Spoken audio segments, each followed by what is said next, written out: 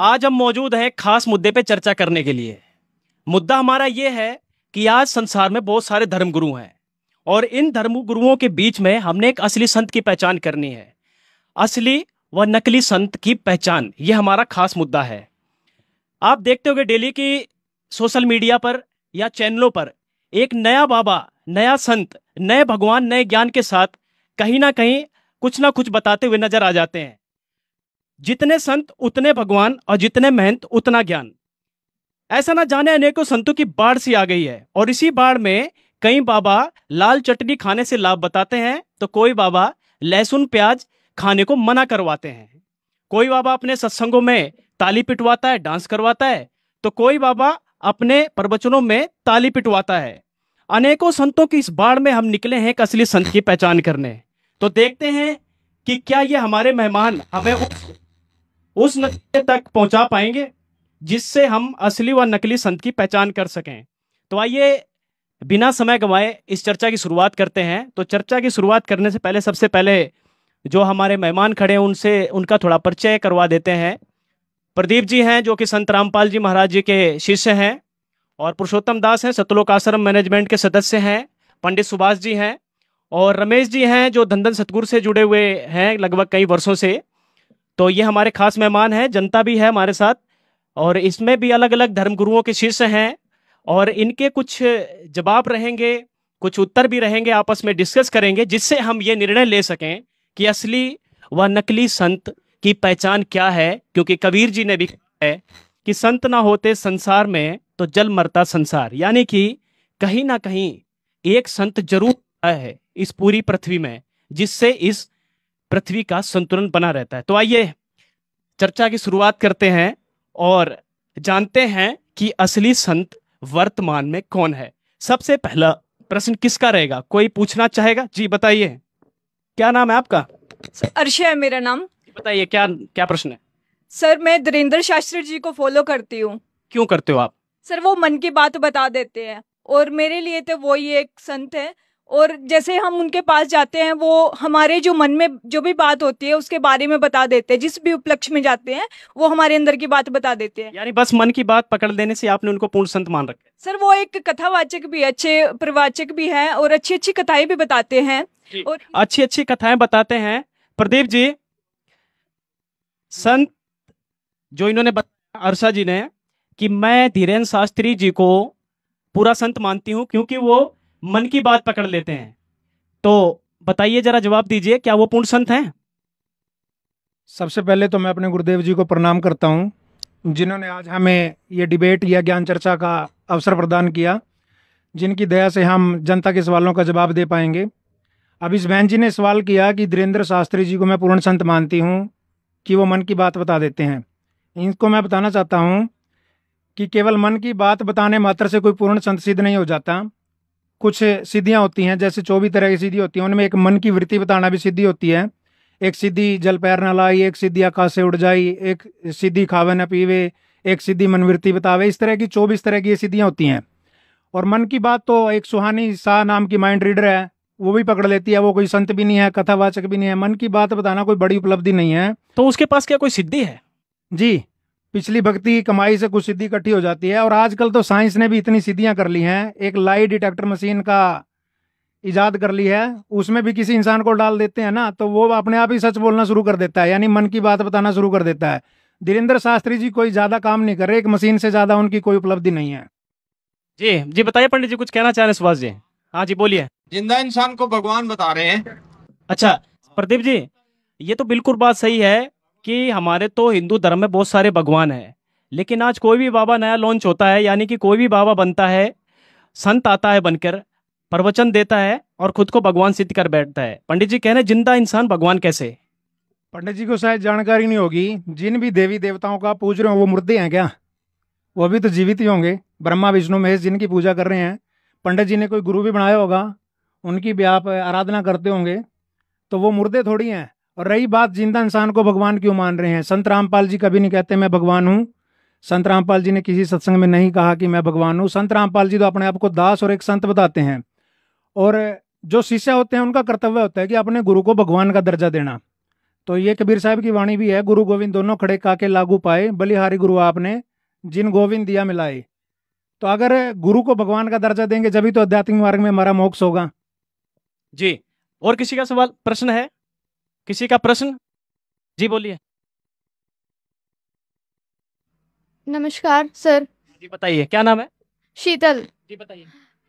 विश्व में इतने गुरु हैं, कोई भी कुछ नहीं रखा है, हमें अपने माता पिता की सेवा कर लो, वहीं स्वर्ग है। और यानी सब स्वर्ग नरक यही है? हाँ यही है, सभी स्वर्ग नरक। इनका मानना है कि कोई गुरु नहीं है, किसी को मत मानो, माता पिता की सेवा कर लो, वही गुरु है। क्या जवाब रहेगा? सर इनका जवाब ये है, माता पिता की सेवा करना अच्छी बात है, लेकिन आध्यात्मिक मार्ग में गुरु के बिना मोक्ष नहीं हो सकता। अब कबीर साहब की वाणी है, मात पिता मिल जाएंगे 184 माही, सतगुरु सेवा बंदगी है फेर मिलने की नाही। मात पिता तो पशु पक्षी के जीवन में भी हमें मिल जाएंगे। तो अगर भक्ति करके आत्म कल्याण कराना है तो गुरु बनाना पड़ेगा, और गुरु भी सच्चा बनाना पड़ेगा जो शास्त्रानुसार भक्ति करवाता है। माता पिता की सेवा करने से आध्यात्मिक मार्ग में मोक्ष नहीं हो सकता। माता पिता की सेवा करना हमारा कर्तव्य है, बढ़िया से बढ़िया सेवा कीजिए, लेकिन गुरु का दर्जा और भक्ति मार्ग का दर्जा अलग है। जी रमेश जी, कुछ कहना चाहेंगे आप भी? हाँ, हम कुछ कहना चाहेंगे जी सर। बोलिए। देखो, मैं डॉक्टर राम रहीम सिंह जी इंसा का शिष्य, डेरा सच्चा सौदा इंसा का शिष्य हूँ, और उन्होंने बहुत ही नेक पुण्य कार्य किया है। उन्होंने देखो हमें पिताजी का बब्बर शेर बताया है, हम पिताजी के बब्बर शेर हैं, और देखो हम रोम रोम में बसा है हमारे पिताजी, हमारे शरीर में भी कण कण में ये हाथ में व्यापक क्या है। लिखा हुआ है? ये शाश्वत नाम जी, गुरमीत जी तेरा आसरा। अच्छा, इतनी दीवान की हाथ में छपवा दिया? हाँ, हमारे अंदर उस पिताजी का बहुत ही दिलों से उसका मैं बहुत स्वागत करता हूँ। मैं उसका जी, क्या कुछ कहना आभारी चाह रही हैं हूँ। आप? बताइए, क्या नाम है? मेरा बबली दासी है जी। जी बोलिए। मैं ये राम रहीम के बारे में ये कहना चाहती हूँ जी, राम रहीम के तो लक्षण भी एक संत के नहीं है जी। वो नाचते हैं, गाते हैं, डांस करते हैं, फिल्म बनाते हैं। अगर संत ऐसा करेंगे तो समाज को क्या खा ज्ञान देंगे? मीरा जी भी तो नाचती थी। मीरा जी भी नाचती थी, पुरुषोत्तम दास जी, मीरा जी भी नाचती थी। ये कह रहे हैं मीरा जी भी डांस करती थी, हाँ। कृष्ण जी की पुजारण थी, तो नाचने में क्या बुराई है? सत साहिब, सबसे पहले अपने गुरुदेव जी का धन्यवाद करता हूँ, जिन्होंने हमारे को इस लायक बनाया कि हम इस आध्यात्मिक ज्ञान को उनकी दया से जान पाए। मीरा जो भक्ति करती थी जिस लेवल की, वो प्रेमा भक्ति कहते हैं, वो मीरा कोई पार थोड़ा ना होगी। कृष्ण जी ने खुद प्रकट होकर मीरा जी को बोला था कि मीरा, तू मेरे लोक में तो आ जाएगी जितना तेरा प्रेम है, जिस लेवल की तू भक्ति करती है, लेकिन मोक्ष तेरा नहीं है, मुक्ति तेरे को नहीं मिलेगी। उसके लिए पूर्ण संत आपको ढूंढना पड़ेगा। और उस टाइम कबीर साहब आए हुए थे, रविदास जी उनके शिष्य थे, तो कबीर साहब ने उनकी परीक्षा भी ली कि रविदास जी से जाकर के नाम लो, विश्वास हो तो इतना हो गुरु पर। तो उसने जाकर के रविदास जी से दीक्षा ली, और रविदास जी ने उनको जिसमें चमड़ा की वो डुबोते थे उसी में से वो एक पान परवान जैसे देते हैं, वो अमृत समझ करके उसने वो भी पी लिया। उससे भी उसका परमात्मा की वाणी के द्वारा बहुत लंबा हो जाएगा चैप्टर। मतलब ये है कि जब रविदास जी से नाम लिया उसके बाद डांस किया था क्या उन्होंने? नहीं, फिर उन्होंने डांस नहीं किया। रमेश दास जी, फिर तो उन्होंने छोड़ दिया था, यानी कि पूरे गुरु मिले तो नाच गाना तो फिर मना हो गया ना उनका सर नाच गाना पूरा हो गया, लेकिन जैसे हमारे को पिताजी ने ज्ञान दिया है, उन्होंने कहा अभी एक तो पाँव तुम्हारा यहाँ और एक सचखंड में है। एक पाँव जी, एक पाँव यहाँ दूसरा सचखंड में। सर देखो, सर ने बोला कि एक पाँव यहाँ पर दूसरा सचखंड के अंदर। और अब एक सिंपल सी बात लेते हैं कि वही अगर ये भक्ति मार्ग है, भक्ति मार्ग में सभी चीजों को मायने रखते हैं, हमें अन्य देवी देवताओं की भी भक्ति करनी पड़ेगी, वो किस शास्त्र विधि से करनी पड़ेगी। तो आप जी के आप बोल रहे हो कि हमारे पिताजी ने बोला है कि एक पाँव हमारा यहाँ और दूसरा सचखंड में। अब एग्जाम्पल के तौर पे मैं आपको बोलता हूँ कि आप यहाँ कुरुक्षेत्र आए हो, कुरुक्षेत्र से अम्बाड़ा जाने के लिए क्या आप एक पाँव यहाँ अम्बाड़ा कुरुक्षेत्र के अंदर दूसरा पाँव अम्बाड़ा में रख लोगे? बिल्कुल भी नहीं। ये तो आपकी मिथ्या और मनगढ़ंत बातें हैं।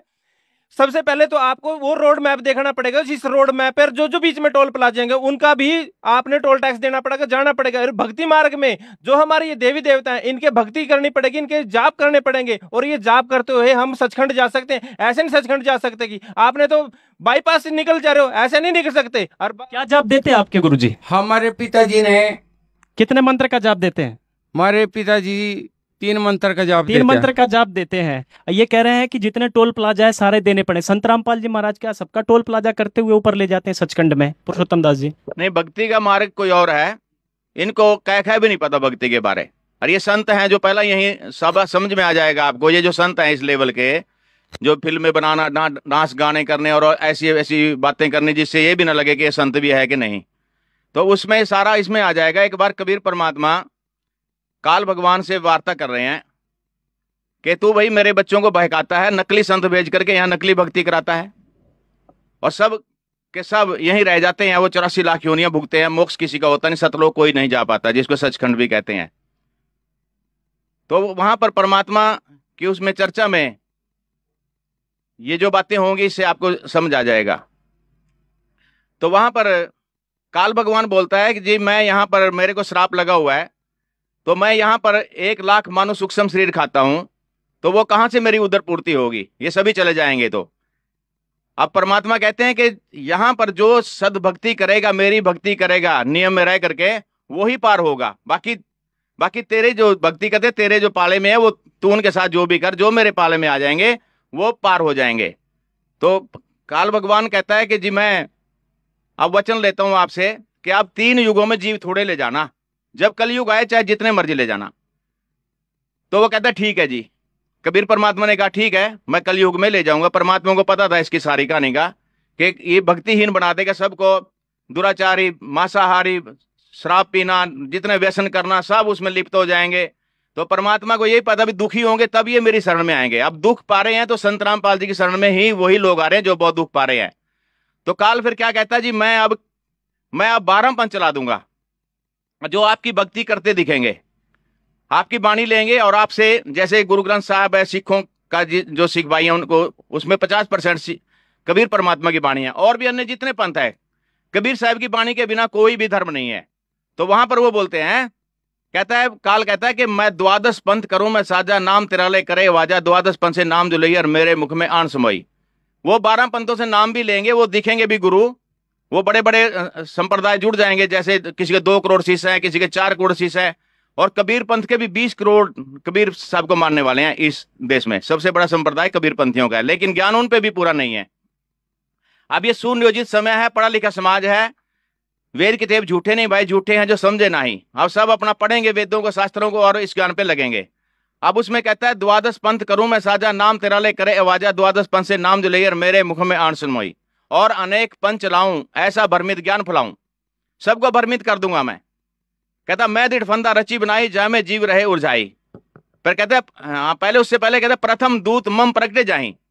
ये काल कहता है कि मेरे दूत गुरु रूप में पहले प्रकट हो जाएंगे वहां जाकर के। यानी जितने हैं संत रामपाल जी को छोड़ के जो प्रकट हुए हैं आज, ये पूर्ण संत नहीं है? नहीं, पूर्ण संत नहीं, ये मोक्ष नहीं करा सकते, पूछ लो उनको खुद जाकर के। रमेश जी, आपकी इतनी दीवानगी हाथ में छपवा लिए तो पूर्ण संत नहीं है? हमारे पिताजी कहते हैं सर कि आप मेरे वचनों को फॉलो करो, जो भी मैं कहूँ भक्ति मैं करूँगा आपके लिए। जी बोलिए, क्या कहना चाहेंगे? सर मैं ये जो कह रहे हैं राम रहीम जी, मैं उनसे जुड़ी थी पहले।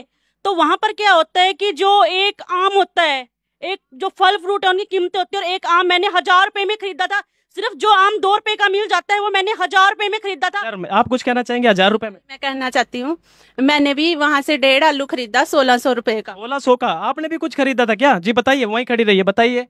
आम खरीदा था 5000 का।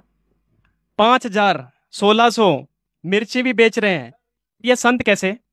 देखो, ये पिताजी का प्यार है। ये पिताजी का प्यार है? सर ये प्यार नहीं है, ये धंधा कह सकते हैं इसको। जो 100 रुपए की या 10 रुपए की चीज है उसको 5-5, 10-10 हजार रुपए में बेचा जा रहा है, ये धंधा है, प्यार नहीं है। प्यार ये होता है कि उसको फ्री ऑफ कॉस्ट दिया जाए, उसको प्यार माना जाता है। ये तो धंधा है, बिजनेस है। एक ये साथ में बहन जी बोल रही है कि 1600 रुपए का लो, 1600 रुपए की तो 3-4 बोरी गिर जाएंगी। कमाल की बात है, ये धंधा है, धंधा के अलावा कुछ नहीं है। ये भक्ति मार्ग नहीं है। भक्ति मार्ग में श्रद्धा पूर्वक फ्री ऑफ कॉस्ट दिया जाता है। अगर प्रसाद भी समझ के दिए जा रहे हैं, वे कुछ नहीं है, ये धंधा है, पाखंड है, नीरा पाखंड है। और इसमें संत नाम की कोई गुण ही नहीं है, संत का कोई मार्ग ही नहीं है, कोई ज्ञान ही नहीं है।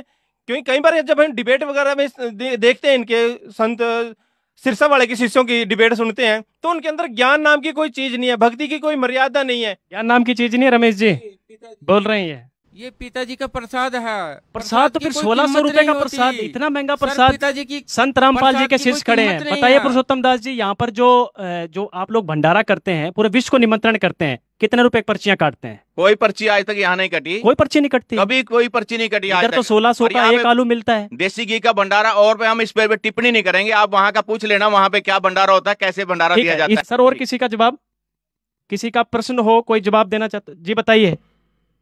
सर यहाँ पर संत रामपाल जी महाराज के अनुयायी संत रामपाल जी के बारे में इतना कुछ बता रहे हैं, क्या संत रामपाल जी महाराज पूर्ण मोक्ष करा सकते हैं? विश्व में इतने संत है, क्या वो पूर्ण मोक्ष नहीं करा सकते? बहुत अच्छा प्रश्न है प्रदीप जी।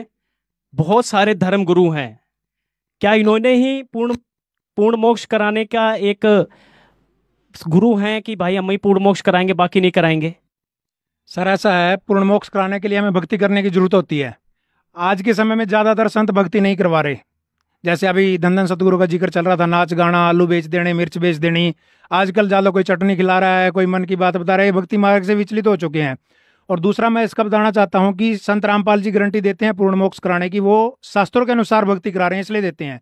गीता जी के 16वें अध्याय के 23वें और 24वें श्लोक में लिखा हुआ है, जो पुरुष शास्त्र विधि को छोड़कर मन मन आचरण करता है, न उसको सुख होता है, न उसको कोई सिद्धि होती है, न उसकी गति होती है। अब इनसे पूछ लो, आप शास्त्रों के अनुसार कौन सा भक्ति कर रहे हैं, कौन सा संत करा रहा है? पंडित जी, शास्त्र के अनुसार भक्ति करा रहे हैं, शास्त्र संस्कृत में है। शास्त्र के बारे में ये क्या जाने? अच्छा, शास्त्र के बारे में तो हम जानते हैं, हम पंडित हैं, हम संस्कृत बोलना जानते हैं। कर्पूरकौरम कर्णावतारम संसार सारंग भुजगेंद्रारम सदा वसंतम हृदयार वंदे भवम भवानी च चैतन्य, ऐसे संस्कृत बोलते हैं धारापुरवा। यानी आप कहना क्या चाहते हैं संस्कृत के विषय में? देखिए, कैमरामैन से कहूंगा एक वीडियो दिखाएं। इसमें भी एक आशुतोषानंद जी हैं जो बहुत बड़े अपने आप को विद्वान मानते हैं और पंडित जी भी हैं, जो कहते हैं संत रामपाल जी को संस्कृत नहीं आती है। है कि उत्तम पुरुष जो है कोई श्री कृष्ण से, भगवान से भी अलग है, उनका ये कहना है। नाम जान गए आप कौन है? तो सबकी निंदा ही करता रहता हूँ, निंदा के अलावा कुछ सोचा ही नहीं बंदे ने। आओ हम आपको बताते हैं। उनका प्रश्न ये है कि उत्तमा पुरुषस्तन्य भगवान कह रहे हैं, ये कह रहे हैं कि संत रामपाल जी निंदा करते रहते हैं, पुरुषोत्तम दास जी निंदा करते रहते हैं, संस्कृत नहीं आती संत रामपाल जी को। निंदा और निठार में अंतर होता है भगत जी। एक ये कह रहे हैं कि संस्कृत नहीं आती। संस्कृत का विद्वान हो रहा है, संस्कृत से पढ़ लेना किसी चीज को, उससे वो विद्वान नहीं बन जाएगा। वो संस्कृत को पढ़ लेता है, उस संस्कृत का विद्वान हो गया। अब तो पूरा जितना भी लिटरेचर है, हमारे गुरु जी ने तो हर भाषा में उसको छाप दिया। भाषा का मतलब क्या होता है? एक बात, मेरी बात आपके समझ में आ जाए, ठीक है, एक दूसरे की बात दूसरे के समझ में आ जाए, भाषा का इतना ही काम होता है। जो भाषा है पंडित जी, संस्कृत आप कह रहे नहीं आती है संत रामपाल जी को, और भी बहुत सारे धर्मगुरु हैं जो कहते हैं संत रामपाल जी को संस्कृत नहीं आती है। ये आप कैसे कह सकते हैं, जबकि उन्होंने तो अनुवाद कर रखा है पवित्र गीता जी का? पवित्र गीता जी का अनुवाद तो हमने किया है। अच्छा, हम संस्कृत जानते थे, हम हमारे पुरुष जो है संस्कृत वही जानते थे, हमने किया अनुवाद तो गीता जी का। जी, इन्होंने किया अनुवाद और उन्होंने किसी ने उन्होंने कोई सर क्या तो पंडित जी का मैं क्वेश्चन का आंसर देना चाहता हूँ कि पंडित जी कह रहे हैं कि संस्कृत को हम जानते हैं। संस्कृत जानने मात्र से विद्वान नहीं हो जाता है। संस्कृत एक भाषा है, वो अपने शब्दों को एक दूसरे तक पहुंचाना है। और रही बात ये कह रहे हैं कि भाई हमारे पूर्वज ना संस्कृत को पढ़ते आ रहे हैं और समझाते आ रहे हैं। प्रथम बात तो मैं ये कहता हूँ, आज तक किसी भी धर्मगुरु ने आज तक गीता को या पवित्र वेदों को, किसी भी शास्त्र को खोल के दिखाया। ओनली आज की डेट में संत रामपाल जी महाराज हैं जो पवित्र गीता जी को, पवित्र सभी धर्मों को खोल के दिखा रहे हैं कि भाई इनके अंदर लिखा क्या है और भक्ति किसकी करनी चाहिए, वो परमात्मा है कौन और उसकी पाने की विधि क्या है। आज तक जिस भी ब्राह्मण समाज ने, जो पंडित हैं, उन्होंने क्या किया था, ओनली गीता जी को हमारे जो जोत बत्ती लगाते हैं वहां पे लाल कपड़ा के अंदर लपेट के वहां पे उसकी धूप बत्ती करने के लिए बोला है। ओनली संत रामपाल जी महाराज ने कहा है उस पवित्र ग्रंथ को उठाइए और उसको खोल के देखो, क्योंकि आज पूरा समाज पढ़ा लिखा है। उसको खोल के उसके अंदर जब देखा, आज हमारी आंखें खुल चुकी हैं। वो परमात्मा की भक्ति बताई गई है और वो परमात्मा है कौन, वो कबीर है और वो प्रमाणित भी कर दिया। देखो जी, पता है। ठीक है। हाँ सर, प्रदीप जी कुछ कहना चाह रहे हैं? सर मैं इसके बारे में बताना चाहता हूँ कुछ। 2 मिनट जी, प्रदीप जी से जवाब लें। बताइए। बताना चाहता हूँ, पंडित जी को बताना चाहता हूँ भाई, ये संस्कृत का ठेका उठा रहे हैं। आज तक इन्होंने क्या संस्कृत सिर्फ हमें ही आती है, इनका बस चले तो ये किसी को हिंदी भी ना पढ़ने दे आने वाले टाइम में। ये तो परमात्मा की दया हुई कि सभी शास्त्रों का अनुवाद हो गया, डिक्शनरी आ चुकी है, संत रामपाल जी ने सबका अनुवाद कर दिया है। अब इनसे एक सवाल का जवाब पूछिए आप। गीता जी के 18वें अध्याय का 66वां श्लोक है, सर्वधर्मान प्रत्यज माम एकम शरणम व्रज अहम तवा मोक्षयामि पाप है माँ सूचा। ऐसा कुछ लोग हैं, इनसे पूछना व्रज का क्या अर्थ होता है, बता क्या अर्थ देंगे होता तो है ये। सुभाष जी बताइए। आना वर्ज होता है, क्या आना होता है। आना होता है? हाँ बिल्कुल आना होता है। आप बताइए अरे क्या अर्थ पंडित है? जी क्यों जिंदगी खो दी आपने, संस्कृत का अर्थ भी नहीं आपको तो पता आना होता है। आपके पूर्वजों ने भी नहीं सीखा, आपने भी नहीं सीखा। ज्यादातर गीता अनुवादकों ने संत रामपाल जी को छोड़कर एक आध और है, उसने भी पूरा नहीं किया, उसने सिर्फ वर्ज का अर्थ आप तो लिख बता दिया। दीजिए क्या होता है, पूरा अर्थ वर्ज का बताइए। अर्थ जाना होता है जी। संत रामपाल जी ने हमें बताया, आज से पहले कोई बता ही नहीं पाया। संत रामपाल जी से पहले कोई नहीं बता पाया। एक आध गीता अनुवादक ने सिर्फ लिखा हुआ है व्रज का अर्थ जाना होता है, लेकिन जब उसने अनुवाद किया, शब्दार्थ में तो जाना लिख दिया, अनुवाद में उसने भी आना लिख दिया। तत्व ज्ञान के बिना कोई शास्त्र ना बताइए। समझ सकता ना खोल सुभाष जी, सकता। उल्टा अर्थ निकाल रहे हैं आप, अरे ऐसे ही बोलते रहते हैं। पंडित जी अब वो समय चला गया, आपके बहकावे में आ जाएगी जनता। अब वो टाइम चला गया। अब तो आप गूगल पे सर्च मार लो, हर चीज का अर्थ मिल जाएगा आपको। हर शास्त्र गूगल पे है। संस्कृत में होते तो इन्होंने किस तक आने नहीं दिया आज तक। आज तक इन्होंने शास्त्र पढ़ने नहीं दिया। आज तो कोई भी कुछ भी पढ़ सकता है। हाँ ठीक है, आगे पूछ लेते हैं किसी का प्रश्न। जी क्या बताइए बताइए। हाँ जी श्रीमान जी, मैं राधा स्वामी सत्संग से जुड़ा हूँ 4-5 साल से। क्या नाम है? मैं राम कुमार नाम है मेरा, राम कुमार जी बोलिए। और मैं राधा स्वामी से नाम ले रखा, 5 नाम का मंत्र देते हैं हमें, और 2.5 घंटे बैठकर जो है ना सुमन करते हैं और भक्ति करनी है तो मतलब राधा स्वामी सत्संग से सीखो। ये क्या, ये कोई अपने पंडित कोई कुछ बता रहा, कोई कुछ बता रहा, ऐसे थोड़े होती है। अच्छा जवाब सुन लेते हैं। जवाब, राधा स्वामी पंच ले रखी है, आप उनसे जुड़े हुए हैं, तो आपने उनकी बहुत सी पुस्तकें भी पढ़ी होंगी, पढ़ी है या नहीं? पढ़ी।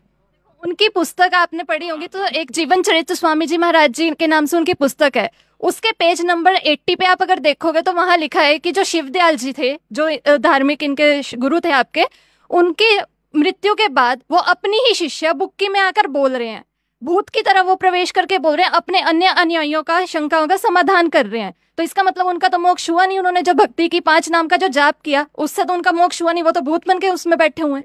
दूसरी बात मैं ये कहना चाहूंगी कि वो तुलसीदास जी की संगति में भी रह चुके हैं, तो उन्होंने अपनी वाणी में लिखा है, जो हाथरस वाले संत तुलसीदास कौन से? जी हाथरस वाले संत तुलसीदास जी हैं, उन्होंने अपनी वाणी में लिखा है कि 5 नाम काल के जानो तब दानी में शंका आनो। यानी जो नाम ये 5 नाम का जाप करते हैं वो तो काल के जाप हैं, तो इनसे आपका मोक्ष कैसे हो सकता है? उनका नहीं हुआ तो आप उनके अनुयायियों का कैसे हो सकता है? इसका जवाब चाहिए मुझे। अगर जो मोक्ष करने लगे इस तरह सबके जीवों का मोक्ष हो गया, सब यहाँ से चले गए, तो यहाँ पे कौन रहेगा? पुरुषोत्तम दास जी कौन रहेगा यहाँ जब चले गए? साहब जी जी बोलिए। अब राधा स्वामी की तो बहुत लंबी कहानी है, हमारे गुरुदेव जी ने बहुत लंबा बता रखा है। मैं थोड़ा सा बताता हूँ आपको कि इनकी थ्योरी कुछ और है, लिखा कुछ और है। गुरु गोविंद दोनों खड़े, काके लागू पाए, बलिहारी गुरु आपना जे गोविंद दिया मिलाए। मैंने एक बहुत बड़े राधा स्वामी से पूछा कि भाई आपके गुरु जी ने कौन परमात्मा बताया? जैसे हमारे गुरु जी ने बता दिया है कि कबीर परमात्मा है। ठीक है ठीक है ठीक है। और आपके गुरु जी ने कौन बताया? तो उसका मुंह सफेद पड़ गया। बाद में उसने बोला साडा भी कबीर साहब ही है, पंजाबी था वो। अच्छा जी। मतलब कोई जवाब नहीं किसी के पास। ये वहां ये भी नहीं मानते कि वहां कुछ साकार रूप में कुछ है भी है। जहां जाना है हमने सतलोक में, वो सचखंड बोलते हैं, उनको ये भी नहीं पता। वो उनकी थ्योरी है कि ये जैसे बूंद समुद्र में समा जाती है, जैसे प्रकाश में हम प्रकाश में मिल जाएंगे जाकर के, बस अस्तित्व खत्म। समुद्र में बूंद मिल गई, उसका अस्तित्व खत्म। परमात्मा ने हमारे को साकार रूप में बनाया, अपने शरीर से निकाला। तो वहां पर इंदुमती की कथा इन्होंने अपनी पुस्तक में ले रखी है। अब इंदुमती रानी कहती है तो बहुत लंबी कहानी है। वो कहती है कि जब मैं सतलोक में गई, सचखंड में गई, तो वहां कबीर परमात्मा सिंहासन पर बैठे थे और मैंने उनको कहा कि हे गुरुजी, आप मेरे को बता देते कि मैं ही परमात्मा हूं तो मेरे को इतना परेशान होने की, इतनी भक्ति करने की जरूरत भी नहीं थी। इन्हीं की किताब में लिखा है? हाँ प्रमाण है? प्रमाण है। अच्छा। तो वो परमात्मा बोले कि इंदुमती मैं आपको तेरे को बता देता ना कि मैं ही परमात्मा हूं, तो विश्वास ना करती। तो परमात्मा अपनी वाणी में बोलते हैं, तुम साहिब तुम संत हो, तुम सतगुरु तुम हंस, गरीब दास तुम रूप ना और नहीं दूजा अंश। वो परमात्मा चारों रोल यहाँ पर के करते हैं।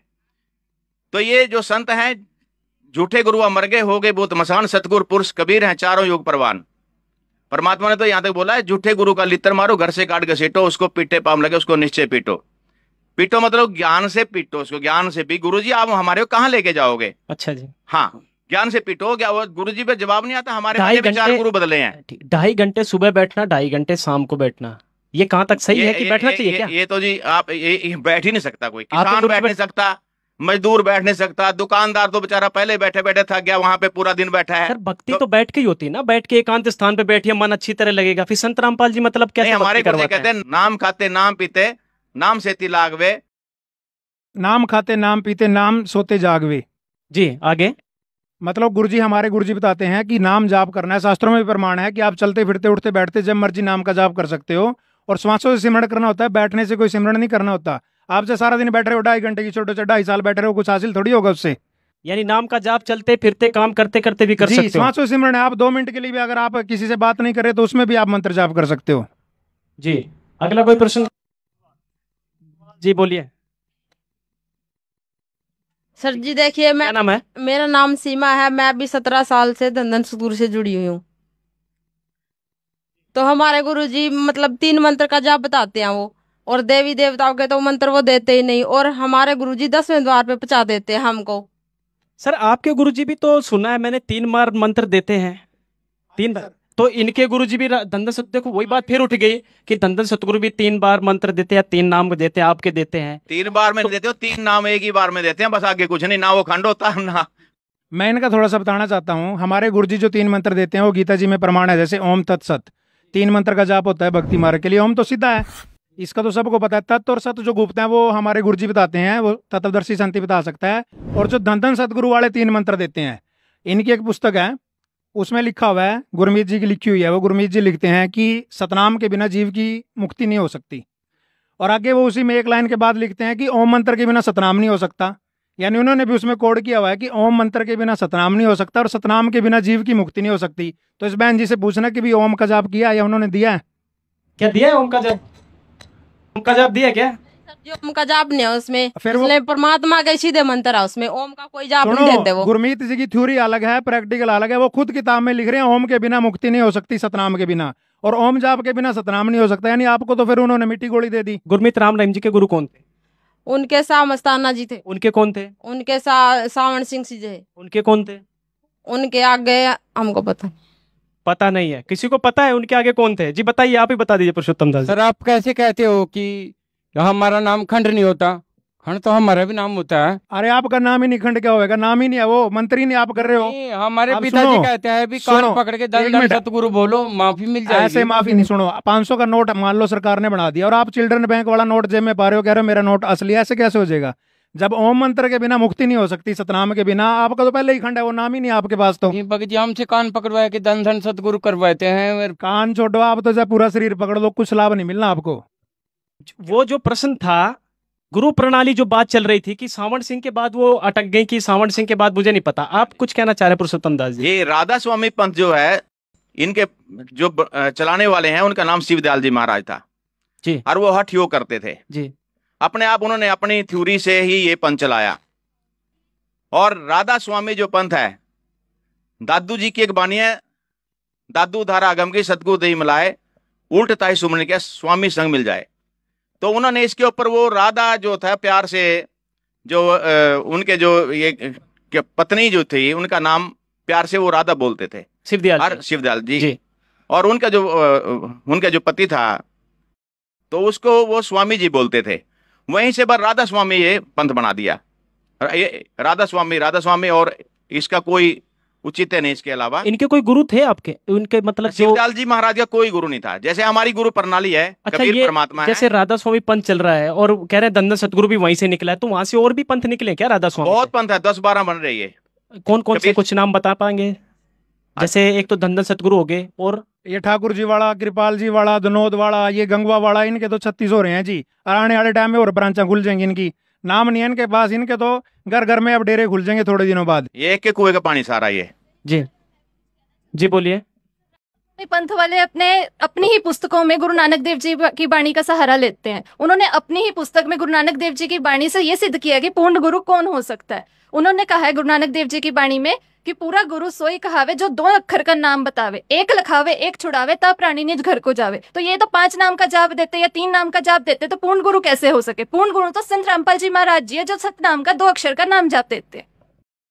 कहीं ना कहीं इस जो चर्चा चल रही है निकल के सामने आ रहा है कि संत रामपाल जी महाराज शास्त्र के अनुसार भक्ति दे रहे हैं, और यहाँ पर जो अन्य धर्म गुरु हैं जैसे दंदन सतगुरु राम रहीम जी हो गए, जो राधा स्वामी हो गए, ये सब मतलब एक ही पंथ से निकला पंथ। जी आपने बुलाया था, क्या कहेंगे? अरे तो ये मानना है कि ये जितने भी गुरु है सबको इन्होंने धंधा बना रखा है, पैसे कमाने का सारा धंधा बना रखा है। ये जो भी है, कोई बोलता है कि भाई हमारे यहाँ पे 2.5 लाख का आलू बिकता है, ठीक है, ये सब पैसे कमाने का ही धंधा है भगत जी, और क्या है ये? देखिए कहीं ना कहीं तो संत होता है, यानी सब संतों को आपने लपेट तो संत क्या होता है? संत ये किसी को नहीं मानते हैं जी। सही है जी, बिल्कुल बात सही कह रहे हैं। धंधा बनाए रखा है जी सबने, सबसे धंधा बना रखा है। सर ऐसा है जी, इन ये बेचारे बोले श्रद्धालु हैं, इन्होंने ऐसा है, ये दूध के जड़े हुए हैं, इन भ्रमित संतों ने इनको ठग लिया। ये 2.5 लाख का आलू खरीदने वाला तो सारी उम्र पछताए। संत रामपाल जी के आश्रम में निःशुल्क भंडारा चलता है, देज रहित विवाह होते हैं, रक्तदान शिविर होते हैं। अब कोरोना काल आया था पीछे 3-4 साल पहले, कोरोना काल में पूरे भारतवर्ष में संत रामपाल जी ने जो सहयोग किया वो शायद सरकारें भी ना कर पाई। अभी पीछे 6 महीने पहले बाढ़ आई थी, हरियाणा में विशेषकर बाढ़ आई थी। संत रामपाल जी ने और उनके अनुयायियों ने जितना राशन, चारा, दवाइयाँ, पानी, जितना दूध हो सकता था वो सभी बांटा, गांव गांव जाके, किसी से एक पैसा नहीं लिया। आज भी किसी को अगर कोई ऐसा संकट आ जाता है, किसी भी जगत भाई बहन को कोई सीरियस बीमार है या खाने पीने की वस्तु का अभाव है, संत रामपाल जी महाराज के अनुयायी उनके आदेश से निःशुल्क उनकी सेवा करते हैं जाके। और ये 2.5 लाख में आलू बेचते हैं, क्या सेवा करेंगे जी? 25-25 रुपए की तो टिकट होती है। वो डांस देखने के लिए आई है मैं लव चार्जर, इस तरह के गाने होते हैं जहाँ पे 25 रुपए की टिकट देख के जाते हैं। और एक बंगीदास होता है इनका किसी गांव में, उसको कह देते हैं 100 टिकटों के 2.5 लाख रुपए हैं, जैसे मर्जी ला, 100 बंदे तना इकट्ठे करके लाने हैं। इस बात का प्रमाण है हमारे आसपास के इलाकों में जी। ये तो बिल्कुल जो आप लोग करते हैं भंडारा, यानी कि खुला भंडारा, विशाल भंडारा, वो भी बिल्कुल निःशुल्क करवाते हैं। ये तो बिल्कुल बात सही है कि जो सोशल प्लेटफॉर्म में हम देखते हैं, हैशटैग ट्विटर पे भी, उनके वहां भंडारा भी निःशुल्क नहीं है, वहां कंटीनें बनी हुई हैं, टिक्की, चाउमीन, बर्गर, छोले भटूरे कुछ खा लो पैसे देके फ्री में, तो क्या पता पानी भी ना हो वहाँ जी। यानी कि संत राम महाराज जी के आश्रम में सब कुछ फ्री है जी। बोलिए। कुछ कहना चाहती हूँ सर। 2014 में ये बरवाड़ा कांड हुआ था सर, उसमें हमने न्यूज़ सुन रही थी, उसमें बार बार संत रामपाल जी महाराज के बारे में बताया जाता। वो दूध में नहाते हैं, उसकी खीर बनाते हैं, अपने चेलों खाते हैं, क्या से पूर्ण संत होता? क्या पूर्ण संत हो सकते हैं? ये तो बात बिल्कुल सही है, मीडिया में चली थी ये खबर। ऐसा है जी, मीडिया तो कुछ भी चला दे। मीडिया तो कहते हैं भैंस के 2 सींग की बजाय एक होता है, तो जनता मान थोड़ी लेगी। अब ये बहन जी भ्रमित हैं कि संत रामपाल जी दूध में नहाते थे। मैं इनसे पूछना चाहता हूँ कि कोई उसकी वीडियो फुटेज हो, कोई किसी ने फोटोग्राफी की हो, या कोई वहां पे आप कहते पाइपलाइन बिछी हुई थी जी, सुरंग के जरिए दूध जाता था, कोई उसकी फोटो आई हो? मनगढ़ंत वीडियो बना रखी है और संत रामपाल जी को बदनाम करने के लिए मीडिया ने ये प्रोपगंडा अपनाया। मैं आपको एक इसमें थोड़ा सा दिखाता हूँ, कैमरामैन से कहूंगा एक बार दिखाएं। अब संत रामपाल जी पर आरोप लगा देते हैं कि वो दूध में नहाते थे। अब ये मैं एक फोटो दिखा रहा हूँ, ये लिखा हुआ है मंदिर से बाहर निकले कुबेर महाराज, ये देखो दूध से नहा रहे हैं। ना किसी हिंदू धर्म के श्रद्धालु की भाव नहीं आहत होती इससे, ना कोई मीडिया वाला वहां कहता कि ये दूध से नहा रहे हैं। और संत रामपाल जी के नहाने का तो कोई प्रमाण भी नहीं आज तक। सिद्ध कर दो, मनगढ़ंत बातें करने से कुछ नहीं होता, कोई प्रमाण दो कि वो दूध से नहाते थे। अब ये कुबेर जी महाराज दूध से नहा रहे हैं, अरे सारा दूध नाली में जा रहा है, बताओ किसी पे प्रमाण हो? एक नहीं, एक और दिखाता हूँ आपको मैं। अब ये देखो, ये बैठे हैं, एक ये तपस्वी बने हुए, ये दूध से नहा रहे हैं। एक और दिखाता हूँ, अभी रुक जाओ, कितने प्रमाण है। ये देखो, ये माताएं बहनें इसको दूध में नहला रही हैं। ये कौन है शख्स, इसको देखो ध्यान से। हजारों मिल जाएंगे हिंदू धर्म में या किसी में भी दूध से नहाने वाले। और संत रामपाल जी महाराज ना कभी दूध से नहाए, ना कभी नहलाते। खाने पीने वाली चीजों को व्यर्थ करने की संत रामपाल जी महाराज ने ना कोई आदेश दिया, ना वो ऐसा करते हैं। ये तो अंधविश्वास और पाखंडी लोग ऐसा करते हैं कि कहीं भी दूध चढ़ा दिया या कहीं भी दूध से नहला दिया। अच्छा ठीक है, 2 मिनट। हाँ जी बताइए सर। ये ना मीडिया का प्रोपगंडा है, ये आप मीडिया की जीता जागता प्रमाण देता हूँ। ये किसान आंदोलन था 2 साल पहले, किसानों को खालिस्तानी बता दिया था। ये मीडिया का ना आप लोगों की नहीं, ये गिरी हुई हरकतें हैं कि जो पहले उन किसानों को खालिस्तानी बता दिया, जब वो बाढ़ आती है या कहीं आपदाएं आती हैं, वो किसान फिर वो अंधाता हो जाता है। ये मिथ्या कारण है और इन लोगों को शर्म आनी चाहिए। जनता को एक चौथा पिलर होता है न्यूज मीडिया, और ये मीडिया अपने स्तर से गिर चुका है। शर्म आनी चाहिए इनको भी। क्या बता रहे हैं, कम से कम जनता को सच्चाई तो दिखाएं। जनता जागरूक है, आज की डेट में सोशल मीडिया का प्लेटफॉर्म है, इसके ऊपर जाके खुद बंदा चेक कर सकता है। और जो मीडिया चैनल है इनको तो सतर बिल्कुल गिर चुका है। शर्म आनी चाहिए। हम आप लोगों से भी हाथ जोड़ के रिक्वेस्ट करते हैं, जो सच्चाई होती है वही दिखाएं जनता। हम तो सच्चाई दिखा रहे हैं यहाँ पे, पूर्ण संत की पहचान करवा रहे हैं जी। बताइए। और ये मीडिया वालों ने फिर माफी भी मांगी जी। हमारे पास के प्रूफ है, जो आरोप सतगुरु के ऊपर लगाए थे सब ने माफी मांगी। एक क्या भरम फैलाया है, जो कहीं किसी ने नाम ले लिया कि वो कहते हैं गुरु नहीं बदलना, गुरु तो ऐसा जैसे पति बदल लिया। नहीं, ये जीवन का सौदा है, हमने मोक्ष प्राप्त करना है। दोबारा मानव जन्म नहीं मिलेगा, मानव जन्म दुर्लभ है, मिले ना बारंबार। तरवर से पता टूट गए, बहुन लगता डार। मैंने खुद 4 गुरु बदले हैं, 4 जी।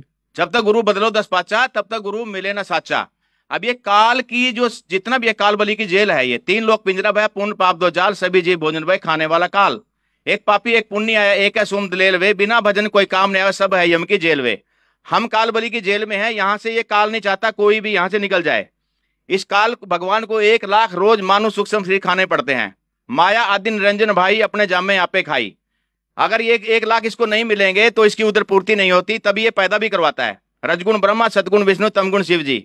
राम कृष्ण अवतार हैं, इनका नहीं संसार। जिन साहिब संसार किया उन्हें नजर में नार। 3 देव को सबको ध्यावे, चौथे देव को मर्म न पावे। चौथा छोट पंचम को ध्यावे, कहे कबीर सो हमरे गरियावे। कबीर पूर्ण परमात्मा है, इसके लिए समय लगेगा, पूरा सिद्ध कर देंगे कबीर परमात्मा है। 4 वेद 6 शास्त्र 18 पुराण बाइबल कुरान गुरु ग्रंथ साहिब सब में हम सिद्ध कर देंगे कि सब संतों ने जिनको परमात्मा मिले हैं वो उन्होंने लिखा है कि कबीर ही पूर्ण परमात्मा है। अभी यहाँ पे काल की सेना है सारी। 14 करोड़ यम के दूत है यहाँ पर। जितने भूत बन जाते हैं, कोई पार होता नहीं, भूत प्रेत बन जाते हैं, वो भी काल की ही सेना है। अब ये इनको ये मतलब एक भ्रम है कि गुरु बदलना नहीं चाहिए। गुरु बदलना चाहिए, कोई दिक्कत नहीं उसमें। जैसे एक डॉक्टर चाहे खास अपना रिश्तेदार भी हो, जब नहीं इलाज हो रहा तो दूसरे पे चले जाते हैं उसी टाइम इलाज कराने। हमारे को जन्म मरण का रोग है, ठीक है। मोक्ष किसको, किसी को धरती वही नहीं पता मोक्ष क्या होता है, किसको मुक्ति बोलते हैं।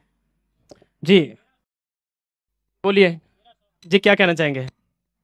जय श्री राम, जय बालाजी। सर मेरा नाम मुकेश है, मैं कुरुक्षेत्र से हूँ और मैं बहुत देर से देख रहा हूँ ये गुरु गुरु गुरु लगा रखी है यहाँ पे।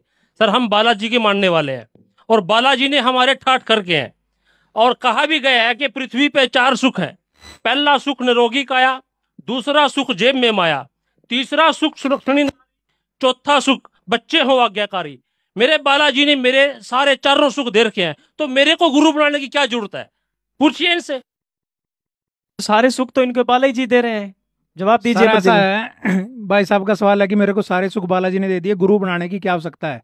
आप कह रहे हैं मेरे बच्चे आज्ञाकारी हैं। पहला तो इनसे मैं ये कहना चाहता हूँ, आपके बच्चों को भी आप स्कूल में ना भेजा करो, गुरु बनाने की जरूरत ही नहीं है। क्या करेंगे? पढ़ाई करेंगे, बिना टीचर के तो पढ़ लेंगे घर पे बैठ के ही। जब एक पढ़ाई मार्ग में भी गुरु की, अध्यापक की जरूरत पड़ती है, तो भक्ति मार्ग में भी जरूरत पड़ती है। और ये कह रहे हैं कि बालाजी ने मेरे ठाठ कर दिए, जय श्री राम, जय बजरंग बली। जो बालाजी को नहीं मानते ना, उनके भी ठाठ हो रहे हैं। जो किसी को भी नहीं मानते, जो नास्तिक है ना, उनके भी ठाठ हो रहे हैं। दूसरी बात यह है, अब ये जय श्री राम का नारा लगाते हैं, ठीक है। राम 3 देवताओं में आते हैं, ब्रह्मा विष्णु महेश। विष्णु जी के अवतार हैं रामचंद्र जी। अब एक वाणी है कबीर साहिब जी की, एक राम दशरथ का बेटा, एक राम गट गट में बैठा, एक राम का सकल बसारा, एक राम इन सबसे न्यारा। जो दशरथ के पुत्र श्री रामचंद्र जी हैं, उनसे आगे तो इनको पता ही नहीं। और रही बात गुरु ना बनाने की, आध्यात्मिक मार्ग में गुरु के बिना मोक्ष नहीं हो सकता। गुरु बनाना सबसे पहली सीढ़ी है। कबीर साहब ने भी कहा है, गुरु के बिना आत्म कल्याण नहीं हो सकता। इसलिए, और विदेशों में कोई ना बालाजी को मानता, ना किसी अन्य देवी देवता को मानता, उनके भी ठाठ हो रहे हैं। ठाठ होना कोई उपलब्धि नहीं है, ठाठ तो किसी के भी हो जाते हैं। नाचने गाने वालों के ठाठ हो रहे हैं, जो कुछ भी नहीं करते। गुरु क्यों बनाए?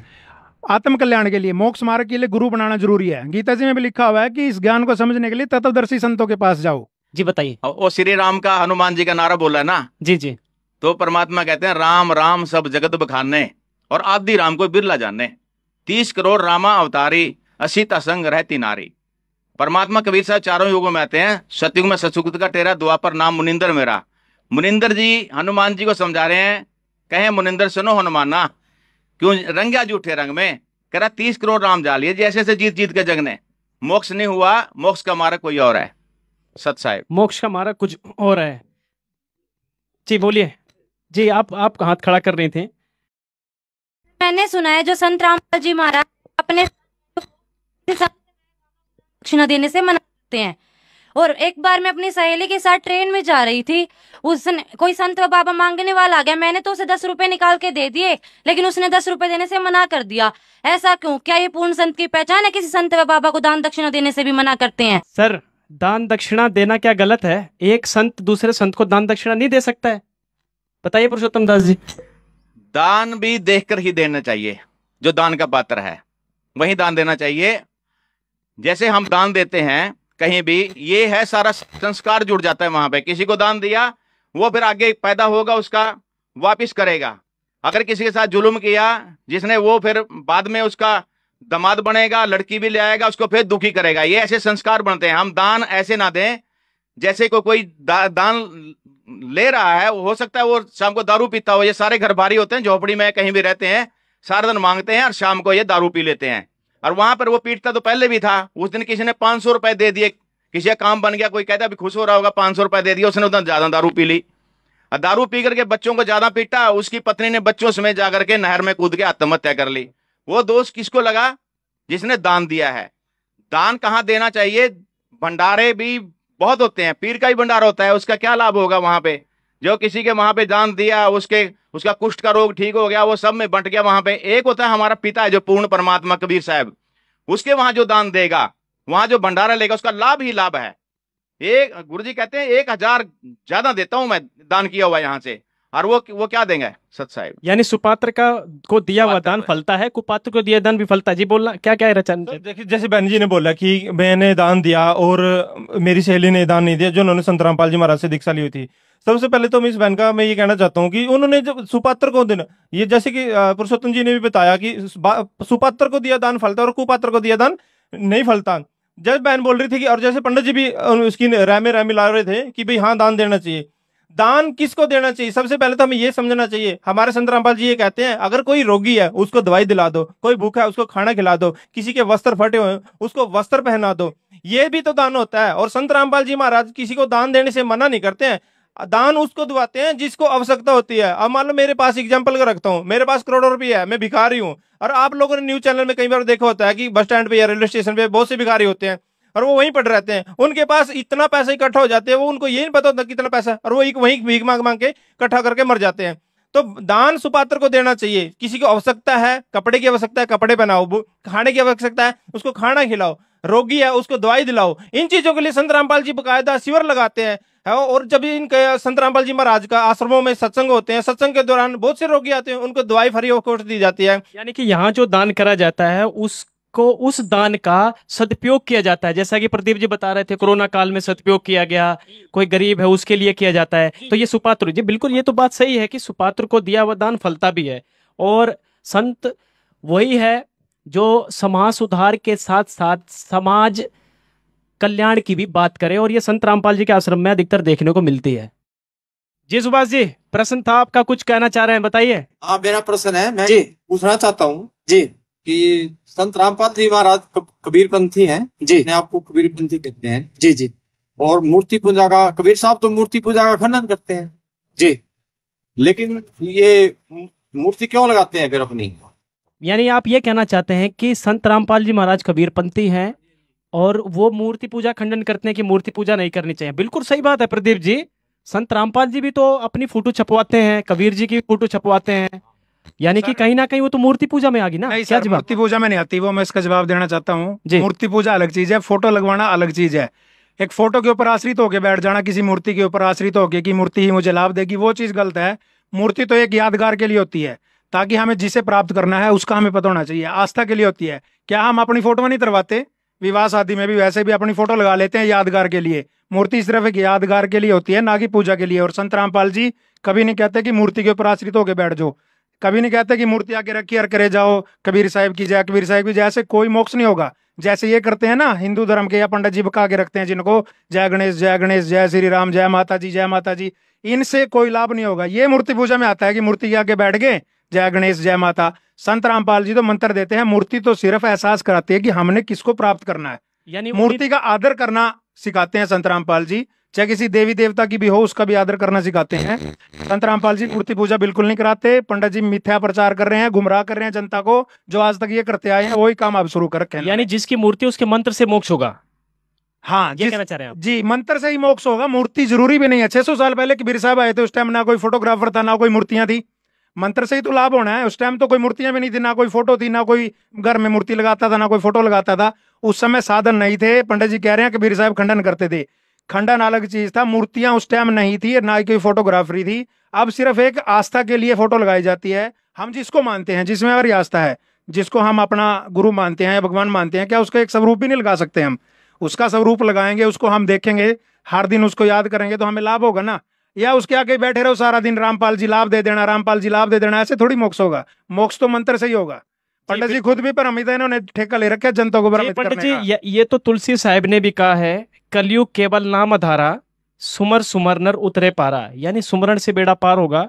वो किसका मंत्र कौन संत देता है ये तो मैं नहीं पता है, लेकिन जैसा प्रदीप जी कह रहे हैं कि जिसकी मूर्ति है उसके मंत्रों से ही मोक्ष होगा। कहीं ना कहीं ये जो बात फिट बैठ रही है तुलसी साहिब की वाणी से भी। तो चलिए चर्चा को आगे बढ़ाते हैं जी। और किसका? जी बताइए क्या नाम है? ममता है सर।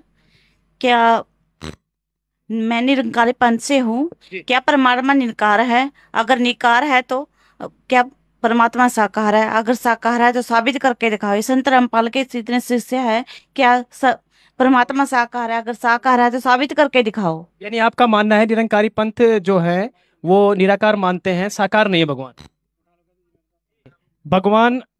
भगवान साकार नहीं है, निराकार है। निरंकारी पंथ से हैं ये बहन जी, क्या जवाब है इसका? कौन कह रहा है जी भगवान निराकार है? ये ममता जी बता रहे हैं। अब इनके कहने से थोड़ी हो जाएगा। निरंकारी पंथ तो बहुत कुछ कहता है जो शास्त्रों में प्रमाण नहीं है। भगवान साकार है, सभी शास्त्रों में प्रमाण है। गीता जी में, बाइबल में, कुरान शरीफ में, गुरु ग्रंथ साहिब में। गुरु नानक देव जी ने तो स्पष्ट लिखा हुआ है, बागे कापड़ बोले बैण लंबा नक काले तेरे नैन। यानी चित्रण भी किया हुआ है कि परमात्मा के कैसे आंखें हैं, कैसा शरीर है, कैसा चेहरा है, कैसे दांत हैं। और ये कह रहे हैं निरंकारी पंथ पूरा का पूरा गुरु ग्रंथ साहिब जी यानी गुरु ग्रंथ साहिब जी के ऊपर आधारित है, सिख पंथ से संबंधित रखता है। अब उसकी बात कोई नहीं मान रही है, उसके प्रमाणों कोई नहीं मान रहे हैं, तो इनका तो मनगढ़ंत पंथ है जी। क्या आपके गुरुजी दिखाते हैं कभी गुरु ग्रंथ साहिब या गीता जी?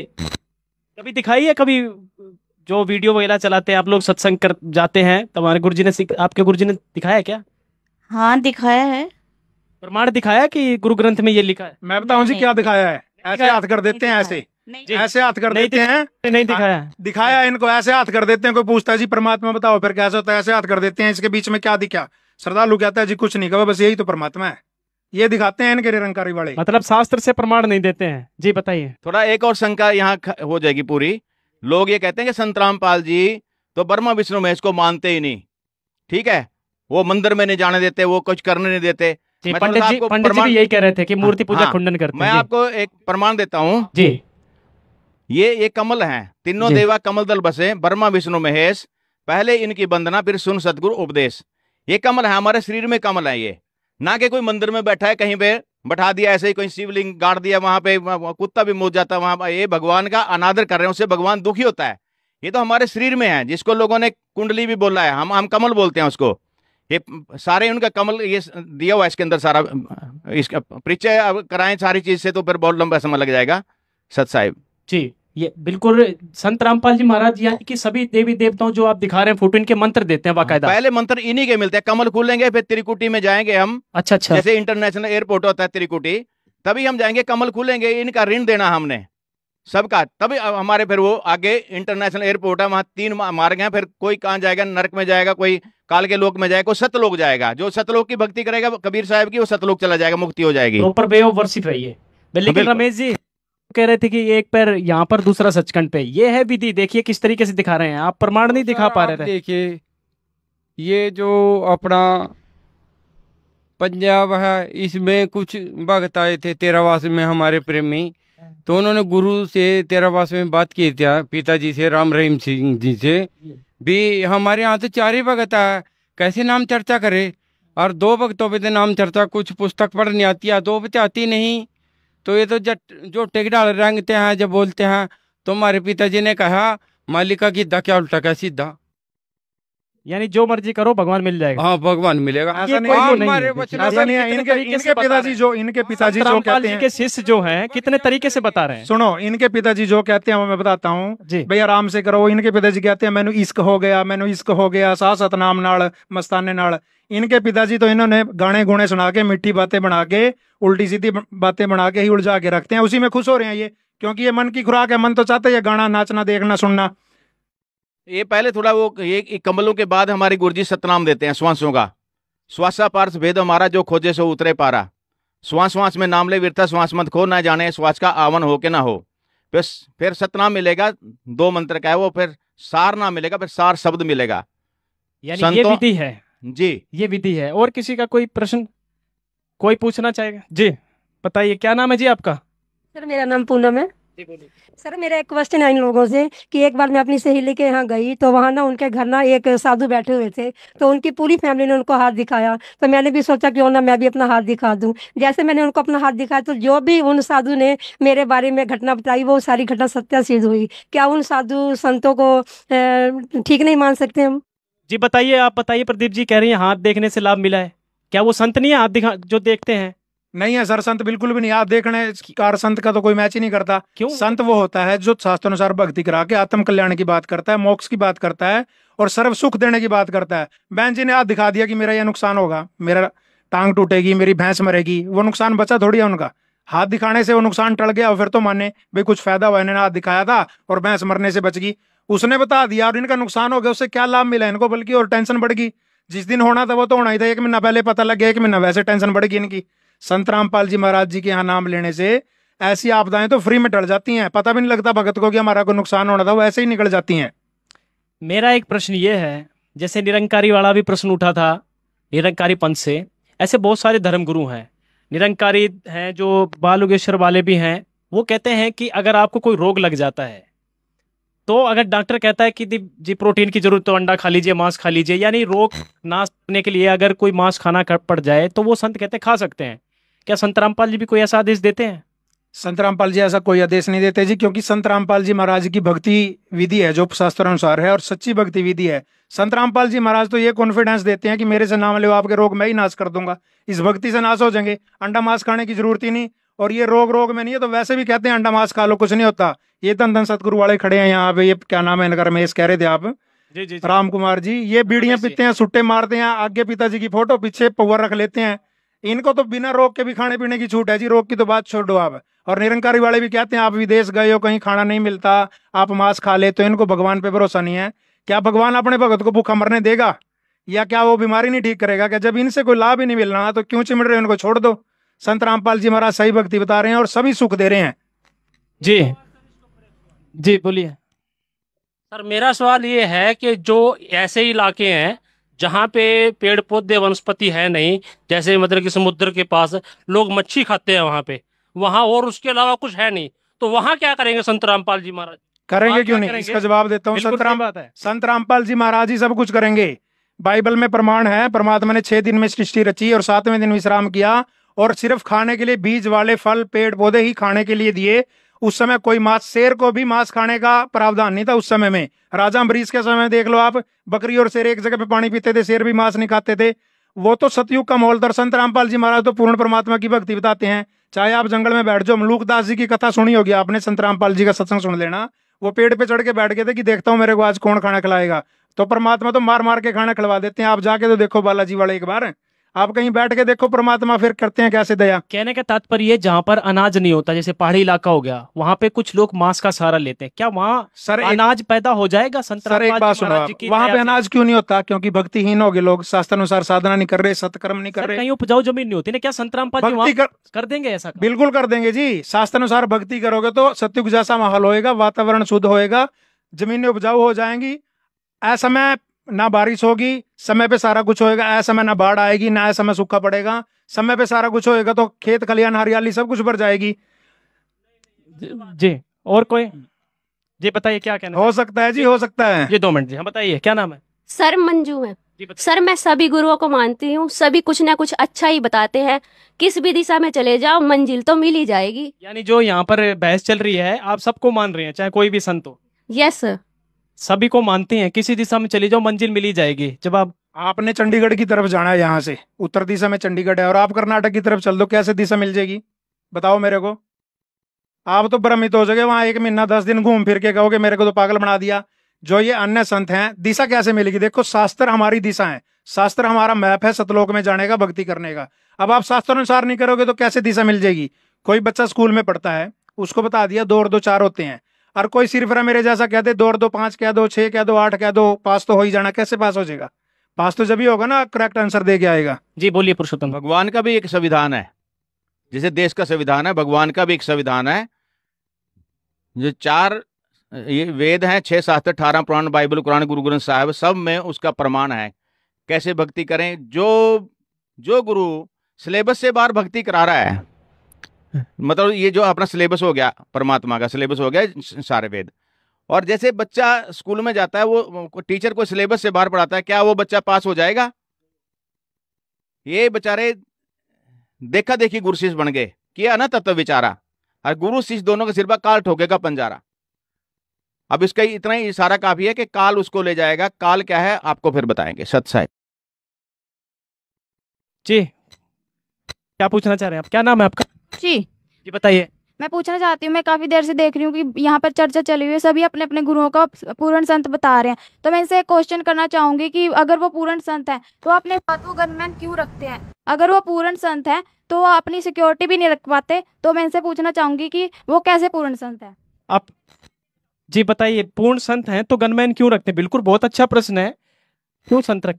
मैं अपना जवाब देने से पहले इस बहन से एक प्रश्न पूछना चाहती हूँ कि आप कौन से भगवान की भक्ति करती हैं? शिव भगवान की पूजा करती हूँ। शिव जी की करते हैं। अगर आप शिव जी भगवान की पूजा करती हैं तो आपने देखा होगा कि उनके हाथ में त्रिशूल है, ठीक है। इसी प्रकार से विष्णु भगवान जी हैं, उनके हाथ में जो है वो चक्र है, और जो शेरावाली माता है उसकी 8 भुजाओं में कोई ना कोई जो है वो हथियार है, यानी कि सुदर्शन चक्र है, गदा है, शंख है। इसी प्रकार से जो संत रामपाल जी महाराज जी हैं, इसी प्रकार से जो संत रामपाल जी महाराज जी हैं, उन्होंने अपनी सुरक्षा के लिए सिक्योरिटी गार्ड रखे हुए हैं। और भारत एक लोकतांत्रिक देश है, इसमें हर एक व्यक्ति को अपनी सुरक्षा करने का अधिकार है। तो इसी के नाते क्या संत रामपाल जी महाराज जी एक संत अपनी सुरक्षा के लिए सिक्योरिटी गार्ड नहीं रख सकते? और दूसरी बात, संत रामपाल जी महाराज जी ने जो सिक्योरिटी गार्ड रखे हैं वो अपनी सुरक्षा के लिए रखे हैं, ना कि किसी को नुकसान पहुंचाने के लिए या किसी को मरवाने के लिए। जी, सुरक्षा के लिए रखे हुए हैं। पुरुषोत्तम दास जी कुछ कहना चाह रहे हैं, इसका और कोई विस्तार से बताइए, क्या जवाब है? साहब जी, हमारे गुरुदेव जी सभी पंथों के बारे बोलते हैं।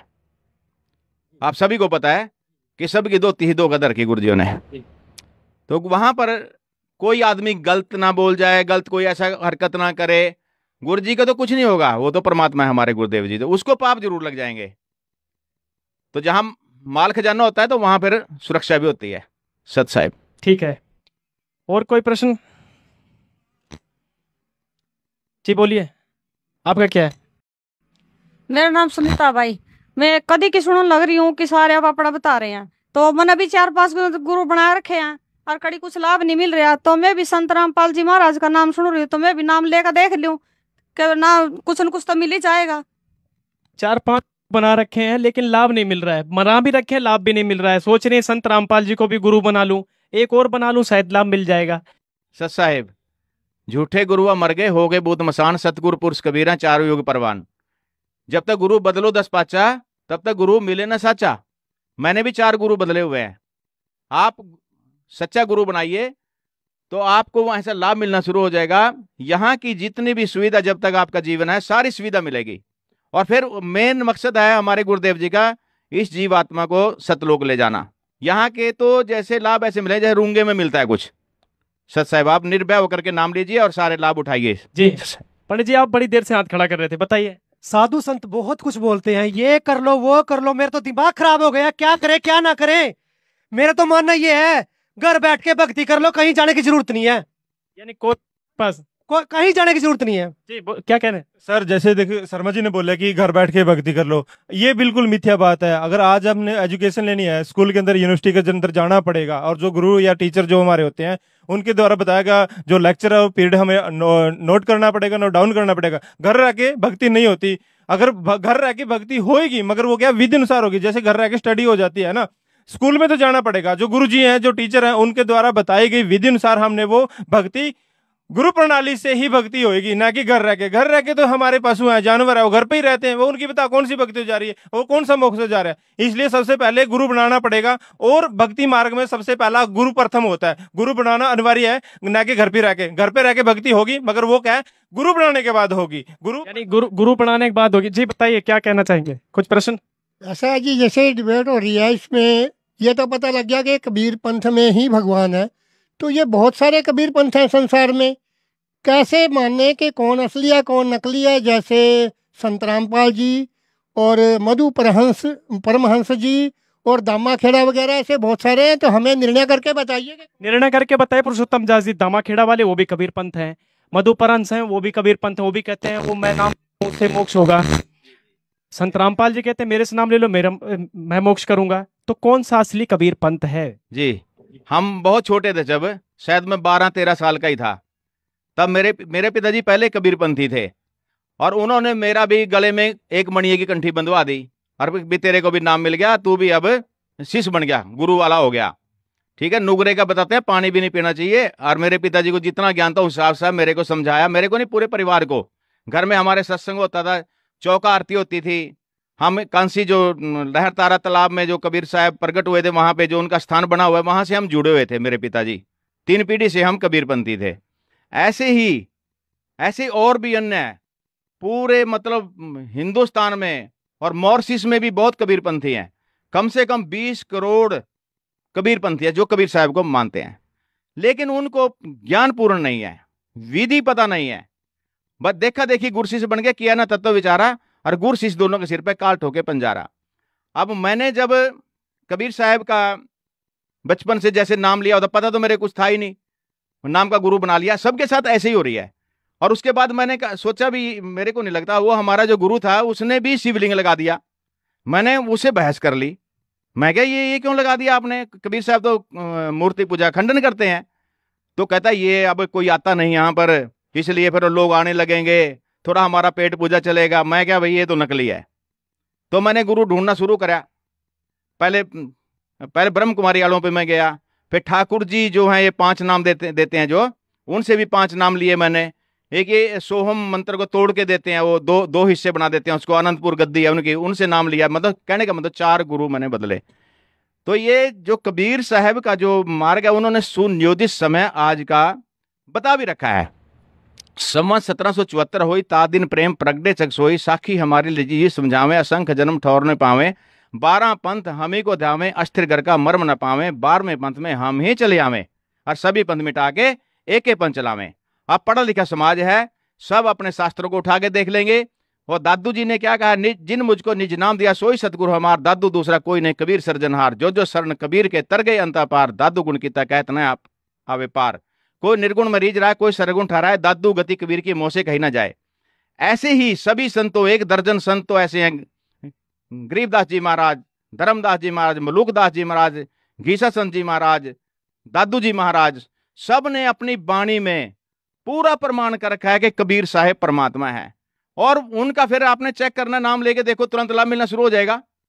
कहीं से किसी को कैंसर का रोग भी है, कोई भयानक रोग से ग्रसित है, बीमारी से, आप यहां से नाम लीजिए, आपको पता लग जाएगा वो पूर्ण परमात्मा कबीर साहब क्या शक्ति है। हमारे गुरुदेव जी उन्हीं के बारे में तो बता रहे हैं जो ज्ञान छुपा हुआ था, किसी को नहीं पता। कितने मठ हैं बने हुए बाहर कबीर साहब के नाम पे, बहुत बहुत जमीनें उनके नाम है, सब सिर्फ यहां तक सीमित हो गए कि अपना पेट पूजा चल रहा है, बस अपना टाइम पास कर रहे हैं। संत रामपाल जी कबीर दास जी को यानी कबीर जी को एक पूर्ण परमात्मा मानते हैं। अन्य जो धर्म गुरु हैं, जैसे कबीर पंथ है जो आपने कहा, 12 पंथ जो चलाए, जो बाणी बोली थी आपने, तो और पंथ चले हुए, वो कबीर को क्या मानते हैं? हाँ, वो मैंने पहले जो बाणी बोली थी आपको, काल कह रहा 12 पंथ करूं मैं साजा, नाम तेरा ले करे आवाजा। आपको रोकूंगा, ये काल काल काल बार बार आप कह रहे हैं, ये काल ऐसा काल ऐसा, ये काल कौन है? क्या ये काल कह के ऐसा तो नहीं कि संत रामपाल जी डरवा रहे हो जनता को काल काल करके और मेरे से नाम ले लेंगे? ये काल क्या है? बिल्कुल सही पूछा आपने, गीता में भी लिखा हुआ है, उस संवाद में आ रहा है कि मैं बड़ा हुआ काल हूं, सबको खाने आया हूं। अर्जुन पूछता है कि आप सबको क्यों खा रहे हो? ये तो भक्ति कर रहे हैं, कोई हनुमान जी आपकी जाड़ों में लटके हैं, रेवता श्रीखेर बड़ी पुण्यात्मा, सब आपके मुंह में जा रहे हैं। उसने 1000 मुंह बना लिए, वहां पर 1000 पैर बना लिए, वो 27 कला संपूर्ण है। ब्रह्मा विष्णु महेश 16 कला संपूर्ण है, दुर्गा 64 कला संपूर्ण है, काल भगवान 1000 कला संपूर्ण है, और पूर्ण परमात्मा असंख्य कला के स्वामी है, असंख्य कला जिसकी कोई गिनती नहीं। अब वो उसमें कह रहा है 11 के 32 में कह रहा है कि मैं बड़ा हुआ काल हूं, सबको खाने आया हूं। तो कबीर परमात्मा भी यही उनकी वाणी समर्थन कर रही है। 3 लोक पिंजरा भया, पूर्ण पाप 2 जाल, सभी जीव भोजन भय, खाने वाला काल। एक पापी एक पुण्य आए के सुम दलेल वे, बिना भजन कोई काम नहीं, सब है यम की जेल वे। हम काल की परिभाषा को पहले जान जाइए आप। जब आपको काल की परिभाषा आपको समझ में आ जाएगी, फिर दयाल की भी आ जाएगी। यानी जो दुख देता है यहाँ पे सब काल देता है। हाँ, बिल्कुल दुख देता है। दयाल तो कोई और है, तो काल है। दयाल कौन है? कबीर परमात्मा है। ठीक है, ये यानी कि ये जो प्रश्न आता है कि मारने वाले से बचाने वाले का हाथ बड़ा है, यानी मारने वाला काल है, बचाने वाला दयाल है कबीर जी। बिल्कुल बिल्कुल ठीक है जी। अब आप उस पर चर्चा पे आइए कि कबीर पंथ में जो 12 पंथ चले हुए हैं, असली संत रामपाल जी हैं, ये करेंगे आप? हाँ, वो उसमें उसका थोड़ा मेरे बाणी जितनी की भी याद है मैं बताता हूँ, उनकी तो बहुत बाणी है।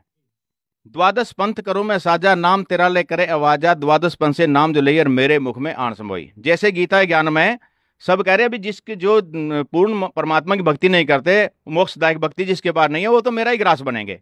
ऐसा ही अर्थ यहाँ उसका बन रहा है। ये द्वादश पंथ करो मैं साजा, नाम तेरा ले करे आवाजा, द्वादश पंथ से नाम जो लेर मेरे मुख में आन समोई। और अनेक पंथ चलाऊं, ये काल कहता है अनेक पंथ और भी चला दूंगा, ऐसा भ्रमित ज्ञान फैलाऊं। प्रथम दूत मम प्रगटे जाहि, पीछे संत तुम्हारा आही, कहा तुम्हारा फिर जीव नहीं माने, हमरी और होई बाद बखाने। मैं दृढ़ फंदा रची बनाई, जामे जीव रहे उलझाई। मैं एक फंदा रचूंगा भक्ति रूपी, उसमें सब जीव फंस जाएंगे। ये प्रमाण है कहीं? हाँ प्रमाण है। फिर कहता है आगे, जो गुरुओं से बचेंगे, नकली गुरुओं से बचेंगे, कह रहा देवल देव पसान पुजाई, और तीर्थ व्रत जब तब मन लाई, यज्ञ होम और नेम आचारा, और अनेक फंद में डारा, जो ज्ञानी जाओ संसारा, और जीव ना माने कहा तुम्हारा। चैलेंज कर रहा है काल कबीर परमात्मा को। कहता मैंने सब ही लगा दिया, सबके गुरु बनवा दिए। अब उसमें ये कह रहा देवल देव पसान पुजाई, जो बचेंगे देवल देव पसान पत्थर पुजवाऊंगा उनसे, सब ही लगा दिया मैंने। फिर कबीर परमात्मा कहते हैं, कहें कबीर सुनो अन्यायी, काटू फन जीव ले जाई, जेतिक बन तुम रचे विचारी, तत्व ज्ञान से सबे बिंडारी, जौन जीव हम सब दर्डावा, और वाके सकल सब पंद मुकावा, ताके निकट तू काल नहीं आवा, संधि देख ताके सिर नावा। और काल क्या चीज है? काल क्या करता है? माया आदि निरंजन भाई, अपने जामे आपे खाई, शिखर सुन में धर्म अन्यायी, जिन शक्ति डायन मैल पठाई, लाख ग्रास सै नित उड़दूती, और माया आदि तख्त की कुत्ती, 1.25 लाख घड़ी नित भांडे, हंसा उत्परि परले डांडे, ये हरट का कुआ लोई, या गलबंदा है सब कोई, कीड़ी कुंजर और अवतारा, अरे डोर बंदे कई बारा, अरब अलील इंद्र होए भाई, अरे डोर बंदे सब आई, बर्मादिक सुक्रादिक देवा, अरे डोर बंदे सब खेवा। यानी काल की डोर में सब बंदे हैं, सब बंदे हैं। कहता है उसमें अरब अलील इंद्र हो भाई, अरबों इंद्रों के जालिए यहाँ, अरब अलील इंद्र हो भाई, अरे डोर बंदे सब आई। तो यहाँ पे सब बंधे हुए हैं इसमें।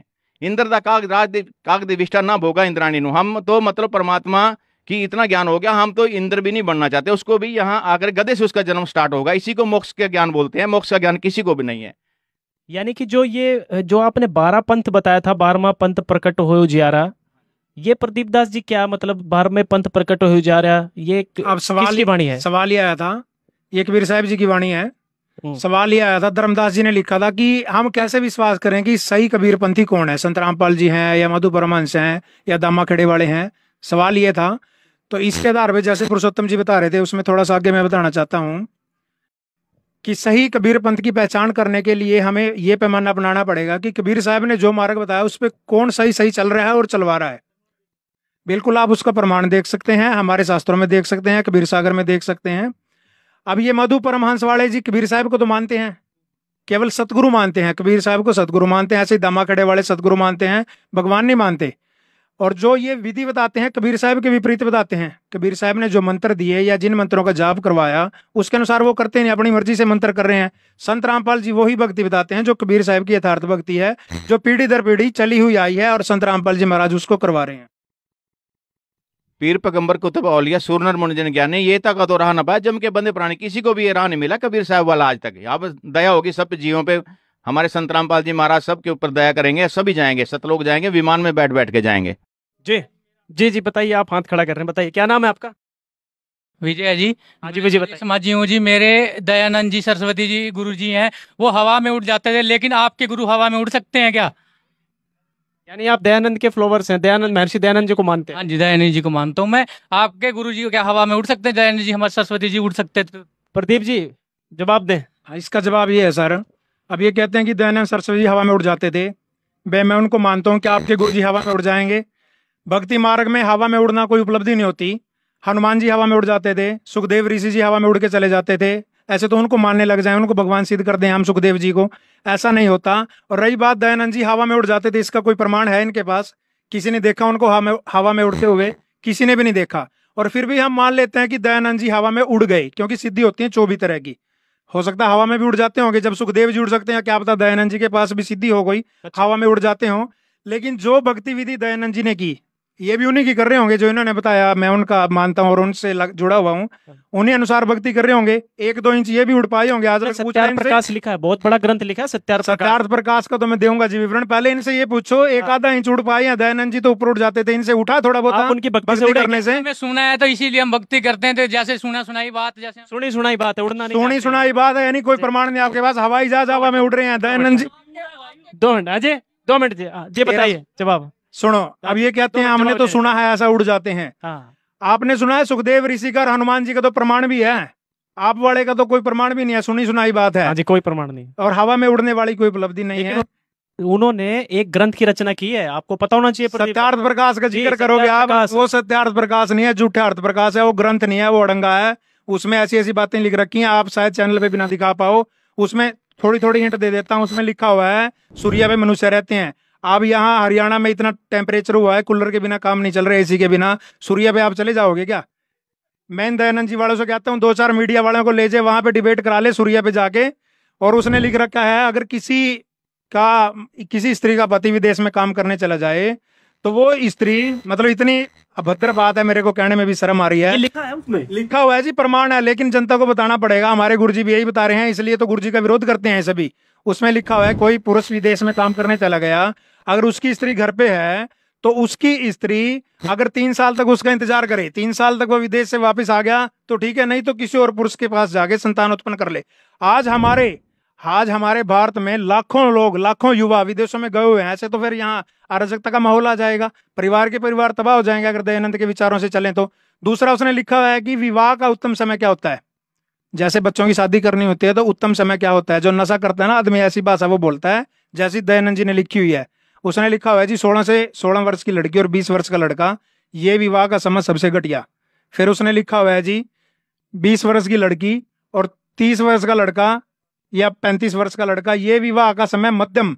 फिर आगे लिखा हुआ है जी 24 वर्ष की लड़की और 48 वर्ष का पुरुष, ये विवाह का समय सबसे बढ़िया। यानी 24 की लड़की का 48 के पुरुष के साथ विवाह करवाने की नसीहत दे रहे हैं दयानंद जी। क्या ऐसा संभव हो सकता है? 48 साल में तो आदमी वैसे ही बूढ़ा हो जाता है, और 24 साल की तो उसकी बच्ची के समान होती है। जी बिल्कुल। और दयानंद जी ने ये लिख रखा है उसमें सत्यार्थ प्रकाश में, जिसका डोल पीटते हैं, ये हवा में उड़ के लिखा होगा उसने। भाई सही सलामत आदमी तो ऐसा लिख नहीं सकता, नशे में लिख सकता है या हवा में उड़ के लिख सकता है। सही कह रहे हैं, उड़ जाता होगा हवा में, क्या पता क्या क्या करता होगा। वो भांग वो पीता था, नशे वो करता था, उसके कितने प्रमाण है जी, सारे देख सकते हैं आप। नशा भी करते थे, नशा भांग पीते थे, वो भांग पीने के बाद जब नशा चढ़ जाता था फिर दही पीते थे, इसका असर कम हो जाए। सारे प्रमाण है उसके। तो पूछ लो दयानंद जी वाला ने कहा था तो इन्होंने भी करे होगा काम चालू उसका। लिखा उन्हीं के शास्त्र में लिखा है। कोई करते हैं ना साहब? हाँ करते हैं जी, हाँ करते हैं जी। वाह जी वाह, बहुत बहुत बढ़िया कर रहे हो भाई। उनके चेले हैं तो संत जो महर्षि जी के बारे में बता रहे हैं जी, ये खुद हुक्का पीते थे, भांग पीते थे, एक लंगोट में रह जाते। कई बार उनके उसमें लिखा गया है कि कई बार वो लंगोट भी उतार के रख देते, जानवरों जैसे बर्ताव करते थे। बताओ कोई संत की पहचान है? ये तो घटिया महा घटिया आदमी वाले की सोच है, उसको महर्षि की पदवी देते। वो इंसान कहने वाले का लायक नहीं था। जो व्यक्ति अपने माता पिता की सेवा करने के हक में ना हो, वो अपने माता पिता को छोड़ चुके था। जबकि हम संत रामपाल जी महाराज की शिष्य और हमारे गुरु जी भी अपने माता पिता को आश्रम में सेवा करते थे और उनको करवाते अपने सर जी। जो स्वतंत्र सेनानी थे, यानी कि भारत जब स्वतंत्र हो रहा था, उसमें बहुत बड़ा योगदान था दयानंद जी का। दयानंद जी का कहीं पे भी दिखा जो, हम प्रमाण देखते हैं, क्योंकि हमारे संत रामपाल जी महाराज भी हर चीज पे प्रमाण दिखाते हैं। आप प्रमाण दिखा दो, प्रमाण देखने के लिए तैयार। आज हमारा समाज पढ़े लिखा है, जब डिबेट होती है तो तब क्यों भाग जाते हैं? देख संत जी का चेला ही बोल रहा है कि भी हाँ हम भी नशा करते हैं, तो बताओ कहाँ का समाज सुधारेंगे वो, जब अपना खुद उनका गुरु नशा करता था, अपने शिष्यों को यही शिक्षा दे रहे हैं। और उनके शास्त्र उठा के देखो, उनको पढ़ने की तो दूर बात है, घर में रखने को मन नहीं करता। इतना गंदा विचार भरे हुए इसके अंदर। इसका प्रमाण दिखाते हैं क्या गुरुजी आपके? संत रामपाल जी महाराज बकायदा चैप्टर के ऊपर दिखाते हैं, प्रमाण दिखाते हैं कि भाई ये देखो संत ने जी इसके अंदर क्या क्या लिखा गया है। वो समाज को दिखाने के लायक भी नहीं है, ऐसी ऐसी गंदी बातें लिखी गई हैं। सत्यार्थ प्रकाश, चलो ठीक है, जब उस पर चर्चा का विषय बनेगा तब करेंगे। पंडित जी कुछ प्रश्न करना चाह रहे थे आप? हाँ, मेरा प्रश्न ये है भाई, जो ये कहते हैं संत रामपाल जी महाराज के शिष्य है, तो इनके गुरुजी जेल में क्यों हैं? वो कहते हैं पूर्ण संत हैं, भगवान मानते हैं उनको। ये तो बात बिल्कुल सही कही है, अगर पूर्ण संत हैं तो बाहर आ जेल में क्यों? सत साहब, इनको पंडित जी को मैं ये पूछना चाहता हूँ कि आज तक का इतिहास गवाह है, बड़े बड़े महापुरुषों को भी जेल में डाल दिया, और काल जो है, काल नहीं चाहता कि मेरा ज्ञान यहाँ पे कोई बताए और ये पार हो जाए, मैं भूखा मर जाऊं। अभी बताया था ना 1 लाख रोज खाता है, 1.25 लाख पैदा करता है। तो ये काल ही यहाँ पे सबको भ्रमित करके ऐसे ऐसे चक्कर चलाता है। यहाँ पर जैसे ईसा मसीह जी थे, उसको दीवार में किल्ले ठोक करके मृत्यु दंड दिया गया, ठीक है जी। हजरत मोहम्मद जी को पूरा अपना वो मानते हैं, पैगंबर मानते हैं। वो 62 साल की उम्र में वो भी मतलब अपने शरीर छोड़ गए, ठीक है जी। गुरु गोविंद सिंह भी मतलब अपना जवानी में ही अपना शरीर छोड़ गए थे, उनका पेट में मतलब वो छुरा छारा ऐसे लग गया था, ऐसा इतिहास गवाह बता रहा है। और नानक जी को भी बाबर ने जेल में रखा, पूरा प्रमाणित है, हर चीज का प्रमाण है। कृष्ण जी जेल में ही पैदा हुए, लेकिन वो तो सारे ताले तोड़ के बाहर आ गए थे, वो तो भगवान थे। अरे ताले तोड़ के कौन सा बहुत बड़ा कोई लीला कर दी उसने, ताले तोड़ के बाहर आए, ठीक है। उस टाइम जितने भी उस उम्र के बच्चे थे, उस उम्र के जितने भी बच्चे थे सारे मरवा दिए थे ना, उनके मामा जी ने, कंस ने सब मरवा दिए थे कि ये कृष्ण होगा, ये कृष्ण शायद होगा, इससे मेरी मृत्यु लिखी है। तो वो ऐसी लीला करने का क्या फायदा, वो निर्दोष बच्चे, वो जिनका कोई दोष नहीं, वो मरवा दिए गए। और बाद में भी गीता में प्रमाण है कि अर्जुन तो मना कर रहा था कि जी मैं हथियार नहीं उठाऊंगा, सारे मेरे अपने हैं, ये भाई भतीजे हैं, सब महापुरुष हैं, मेरे गुरुदेव भी हैं, मैं कुछ बड़े बड़े उस वाले सब, मैं इन पे कैसे हथियार उठाऊं, वो मना कर रहा था। लेकिन कृष्ण जी ने कहा नहीं नहीं, तू मार, इनको सबको मार, तू नहीं मारेगा तो मैं मारूंगा, तू खाली निमित्त बन जाए तो सब मारे पड़े हैं। अब किसी को मतलब किसी के मृत्यु में सहयोग देने का यहाँ की जो प्रशासन का एक कानून है, उस पर 120 भी लगती है, जो किसी को मारने के लिए सहयोग करता है, हौसला बढ़ाता है उसका। तो वहां पर आप इस चीज को, हमारे कुछ ने कोई मरवाया, कोई नहीं मरवाया, वो तो अंदर बैठे हैं, जैसे जेल आज तक छुट्टी भी नहीं ली और आराम से वहां भक्ति अंदर ही कर रहे हैं, और अंदर से ही बैठे बैठे पुस्तकें लिख रहे हैं, ज्ञान लिख रहे हैं। मुसलमानों को नहीं ज्ञान कुरान, ये पुस्तक लिखी, हिंदू साहिबान को नहीं गीता वेद पुराण का ज्ञान, ये पुस्तक लिखी। तो वो बाहर क्यों नहीं आ जाते, वो भी बाहर आके दिखाएं। ये भी एक लीला है, ये भी एक लीला है। रामचंद्र जी अगर वनवास में नहीं जाते तो इतिहास नहीं बनता, इतिहास नहीं बनता। तो ये संत रामपाल जी अंदर ऐसे नहीं बैठे, अंदर बैठे बैठे अपना सब कार्य कर रहे हैं, अंदर से ही सब सिस्टम बनाया हुआ है। 11 आश्रम हमारे बन गए हैं, सभी को नाम दीक्षा देने के लिए 500 से भी ज्यादा नामदान केंद्र हैं, सब सिस्टम चल रहा है, सबको लाभ मिल रहा है। वो अपनी लीला कर रहे हैं, ठीक है। समय आने पर वो आपको दिखा देंगे वो क्या चीज है। बहुत बड़ा एक धमाका होगा इस चीज का भी। जो संत रामपाल जाएंगे, गांव के गांव उठ के आएंगे, टोल के टोल उठ के आएंगे उनके चरणों में। सत साहिब, चलो ठीक है, हम भी मान लेंगे। हाँ मान लेना, जब आएंगे, बहुत दिन हो गए, जब आएंगे हम भी मान लेंगे। बहुत दिन हो गए कि छामी करते, मान लो अब थोड़ा सा। जेल जाना कोई बुरी बात नहीं होती। रमेश जी कुछ, रमेश जी, प्रदीप जी रमेश जी से ले लेते हैं। जी बोलिए रमेश जी, प्रश्न क्या है, क्यों कुछ कहना चाह रहे हैं? कुछ बात सुनिए जी। हमारा देश ऋषि मुनियों से धरती ये, हाँ जी, ऋषि मुनियों की रही है, बिल्कुल सही बात है। हाँ हाँ, तो नया संत रामपाल जी कहाँ से लाए आप? प्रदीप जी बिल्कुल सही बात है। देखिए ऋषि बात तो इनकी सही है, लेकिन ये डबल माइंडेड आदमी है। ऋषि महर्षियों की धरती रही है, तो संत रामपाल जी अभी क्यों ट्रेंड में आ रहे हैं? मैं अब इसका जवाब यानी देता कि हूं। कोई ऋषि महर्षि संत नहीं था? नहीं, उसका जवाब देता हूँ मैं। जी बोलिए। सवाल इन्होंने उठाया ना, अभी दंदन सतगुरु वाले ने। जी जी, दंदन सतगुरु वाले सवाल उठा रहे हैं कि ऋषि महर्षियों की धरती है, तो संत रामपाल जी कहाँ से आ गए? तो ये गुरमीत जी कहाँ से आ गए? पहले तो इनसे पूछो। आपने यहाँ गुरुद्वारा रखा धन सतगुरु और राम रहीम, अब ऋषि महर्षियों की पद्धति पे चलोगे या राम रहीम की पे चलोगे? पहली तो बात ये है जी। रही बात की संत रामपाल जी अभी क्यों आगे? संत रामपाल जी महाराज अभी बेशक आए हैं, लेकिन जो ज्ञान संत रामपाल जी महाराज बता रहे हैं वो आदि पुरातन ज्ञान है, शास्त्रानुसार ज्ञान है, जो शुरू से चला हुआ है। वेद तो आज के नहीं है ना, वेद तो हमारे शुरू से लिखे हुए। गीता जी 55 वर्ष पहले की लिखी हुई है, और वेद शुरू से हैं। जब यहाँ पे सागर मंथन किया गया था उसमें से 4 वेद निकले थे, और 5वां वेद कबीर साहब जी ने कबीर सागर के रूप में जो वो दिया था, तो उस अनुसार संत रामपाल जी भक्ति बता रहे हैं। आज तक ऋषि महर्षियों ने या अन्य संतों ने, बाबाओं ने वो भक्ति हमें नहीं बताई। संत रामपाल जी महाराज ने वो बीड़ा उठाया तो सबको नहीं लग रही है, अटपटी लग रही है, जबकि संत रामपाल जी महाराज सच्चाई बता रहे हैं। अब इनको कोई धन सतगुरु वाला हो, चाहे कोई पंडित जी हो, चाहे कोई और अन्य मौलवी हो, कुछ भी हो, इनको दर्द हो रहा है कि हमारी दुकानदारियां बंद हो रही हैं। संत रामपाल जी महाराज ट्रेंड में आ गए तो हमारा सबका कारोबार ठप हो जाएगा। अब धन सतगुरु वाले जी से ये पूछ लेना, अब कोई मिर्च नहीं खरीदता वहां, सब लोग जागरूक हो गए। किसी ने ना 500 में आलू खरीदना, ना धनिया खरीदना। अब एक मेरा दोस्त था, वो कह रहा है जी मैंने 250 रुपए में आधा आलू लिया, घर के 5 सदस्य बताओ ना उसकी सब्जी बना सकते, ना उसकी चटनी बना सकते। 250 रुपए में तो एक कट्टा आलू आ जाए। वो कह रहे जी हमने उसको छोटी छोटी फाड़ियां बना के टुकड़े करके कच्चा ही चबा लिया। कच्चा चबाने से कौन सा पेट पैदा हो गया वहां पे? रहे तो वही डाक के 3 पात। भक्ति मार्ग तो आलू खाने से मोक्ष होता, तो निर्मल बाबा भी चटनी खवा रहा समोसे के साथ, वही ठीक है। फिर धन सतगुरु से वो फ्री में तो खवा रहा, आप वाले तो 2.5 लाख में बैंगन बेच रहे हैं। चलिए ठीक है, चर्चा 2 मिनट रमेश जी, ठीक है बेच रहे हैं जी जी। और आप वहाँ फिर अंत श्रद्धालुओं की तरह लगे हुए यार, कुछ तो आप अपना विवेक से काम ले, छोड़ दो उसको, अपना जीवन बचा लो। 2.5 लाख का बैंगन खरीद लो, 2.5 लाख रुपए में तो आपके 10 साल चल जाएंगे। अरे हमारे पिताजी ने बोला। चलिए ठीक है, क्या बोला आपके पिताजी ने? की पालना करो, अपोलो करो, मेरे वचन ने, मैं आपके लिए भक्ति करूंगा। आपके पिताजी तो कह देंगे एक टांग पे खड़े हो जो सारा दिन, हो जाओगे खड़े? हो जाएंगे। कहाँ खड़े हो जाएगा? 60 साल के आसपास आपकी उम्र हो रही है, चक्कर आ जाएंगे आपको। और ये भक्ति मार्ग सही नहीं है। क्या ये बैंगन वाली बात सही लगी आपको? हाँ सही है जी, सही है। 51,000 की मिर्च थी। 51,000 की आपने खरीदी है? जी ये तो क्या बात कही, मैंने अपना घर बार दांव पे लगा दिया, स्टाम्प पेपर पे लगवा ठीक दिया है, था। चर्चा बढ़ाते आगे। देखिए बहस का मुद्दा मत बनाइए, बहस का मुद्दा मत बनाइए। 2 मिनट ठीक है। प्रदीप जी, कहीं ना कहीं संत रामपाल जी महाराज जी के शिष्य प्रमाण सहित सब कुछ बता रहे हैं। बहुत लोग बैठे हैं यहाँ पर, जनता जनार्दन बैठी हुई है, लेकिन जो सटीक जवाब दिए हैं संत रामपाल जी महाराज जी के शिष्यों ने, कहीं ना कहीं ये नजर आ रहा है कि संत रामपाल जी महाराज पूर्ण संत है। लेकिन सबसे आखिरी सवाल जनता का भी है और मेरा भी है, तत्वदर्शी संत की क्या पहचान है? संत रामपाल जी कहते हैं मैं ही पूर्ण संत हूँ, बहुत सारी वीडियो में कहा है। यहाँ पर बहुत संत रामपाल जी के शिष्य भी, आप लोग भी हैं, वो भी कहते हैं कि हमारे गुरुजी पूरे हैं, बाकी सब अधूरे हैं।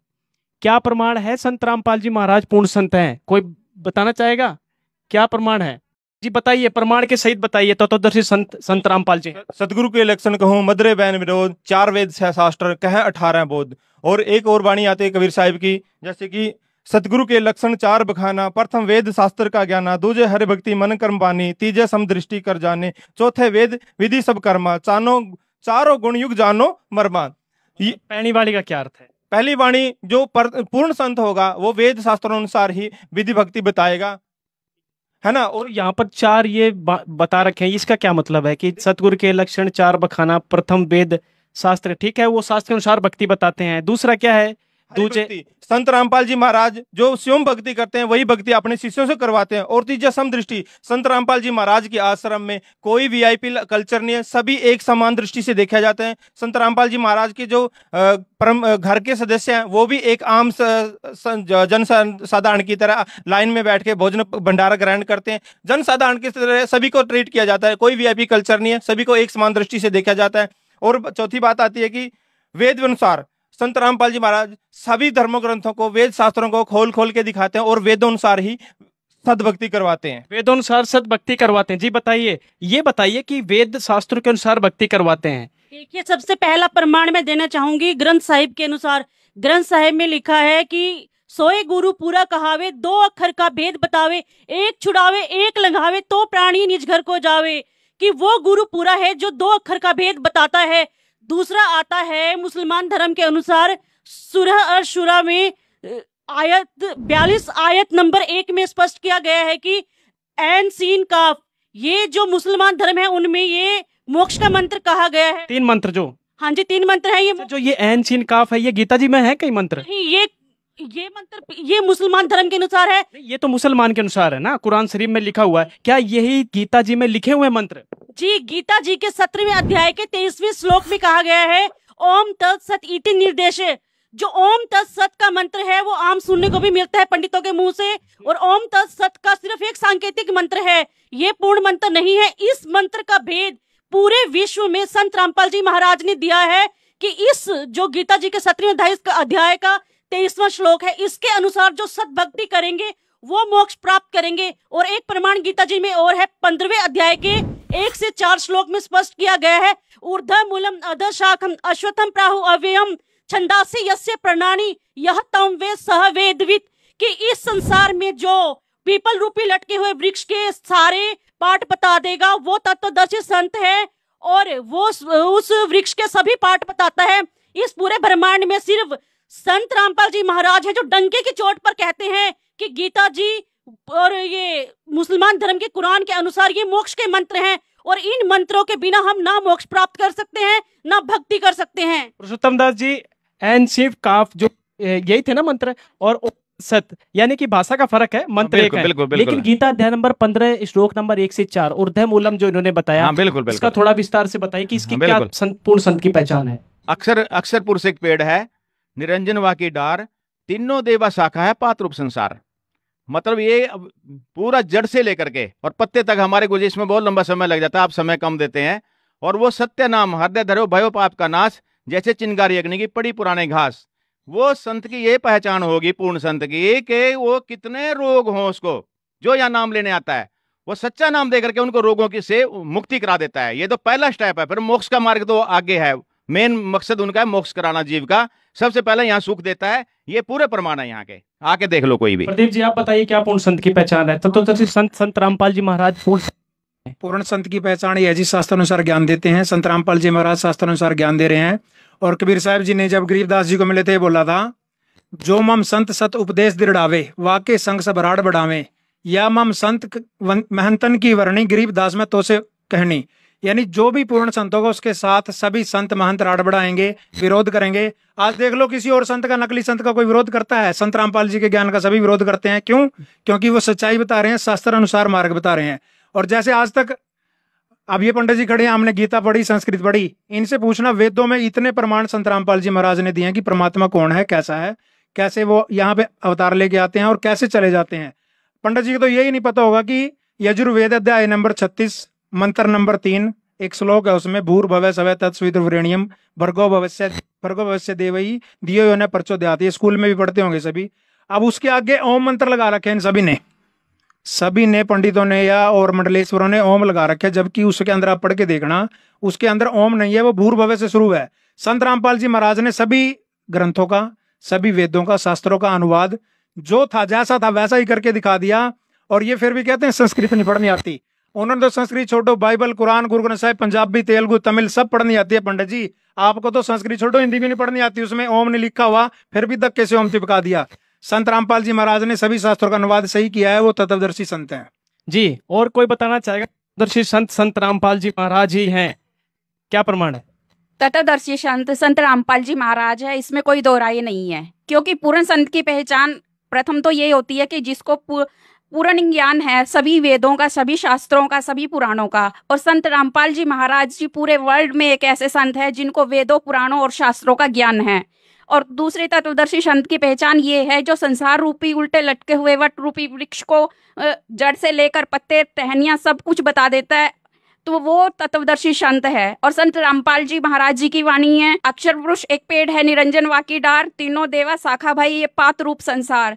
तो संत रामपाल जी महाराज जी अपने सत्संगों में ये चित्र संसार रूपी उल्टा लटके हुए पीपल के वृक्ष को दिखाते हैं और तना, जड़, पत्ते, डार सब कुछ अलग अलग बताते हैं। और संत रामपाल जी महाराज जी जो है वेदों अनुसार शास्त्र भक्ति बताते हैं, वेदों अनुसार शास्त्र अनुसार भक्ति बताते हैं। और जी बोलिए। जैसे अभी मुसलमान धर्म और हिंदू धर्म के अनुसार विस्तार में कहा गया है, एक क्रिश्चियन में जो बुक आती है वहां पर लिखा गया है, जीसस जी कहते हैं कि I am not God, I am son of God, कि मैं भगवान नहीं हूं, मैं भगवान का भेजा गया पुत्र हूं। और इन सब के आपको प्रमाणित करके बता दिया जाएगा कि आखिर में पूर्ण संत कौन है। दर्शकों, कुल मिलाकर जो चर्चा थी लास्ट में यही निष्कर्ष निकला कि संत रामपाल जी महाराज जी के शिष्यों ने प्रमाण सहित, प्रमाण का मतलब कबीर जी की वाणी से, नानक जी की वाणी से, गुरु ग्रंथ साहिब के अंदर से, अपने पवित्र धर्म शास्त्रों के अंदर से, मुसलमान धर्म पवित्र शास्त्रों के अंदर, सभी धर्मों के शास्त्रों के अंदर से ये प्रमाणित कर दिया है कि संत रामपाल जी महाराज ही आज पूरी पृथ्वी में पूर्ण संत हैं। तो कुल मिलाकर चर्चा अब समापन की तरफ है और मैं जनता से यही अनुरोध करना चाहूंगा कि आंख बंद करके किसी भी धर्म गुरु के पास मत जाइए। आपके हाथ में फैसला है, अब आपने निर्णय लेना है पूर्ण संत कौन है, असली कौन है, नकली कौन। क्योंकि जैसा कि पुरुषोत्तम दास जी ने भी कहा था कि जब तक गुरु मिले ना साचा तब तक गुरु करो 10 पांचा। यानी कि गुरु कहीं कर लिए हैं तो एक गुरु और बना के देख लीजिए, लेकिन अच्छी तरह पानी पियो छान के, गुरु करो जान के। अब आपके हाथ में फैसला है किसको गुरु बनाना है। तो दीजिए इजाजत, फिर मिलेंगे किसी नए मुद्दे के साथ। धन्यवाद, नमस्कार। बंदी छोड़ सतगुरु रामपाल जी भगवान जी की जय हो। यहाँ पर नारे लगा रहे हैं, छोड़ सतगुरु रामपाल जी भगवान जी की जय हो। सत साहेब।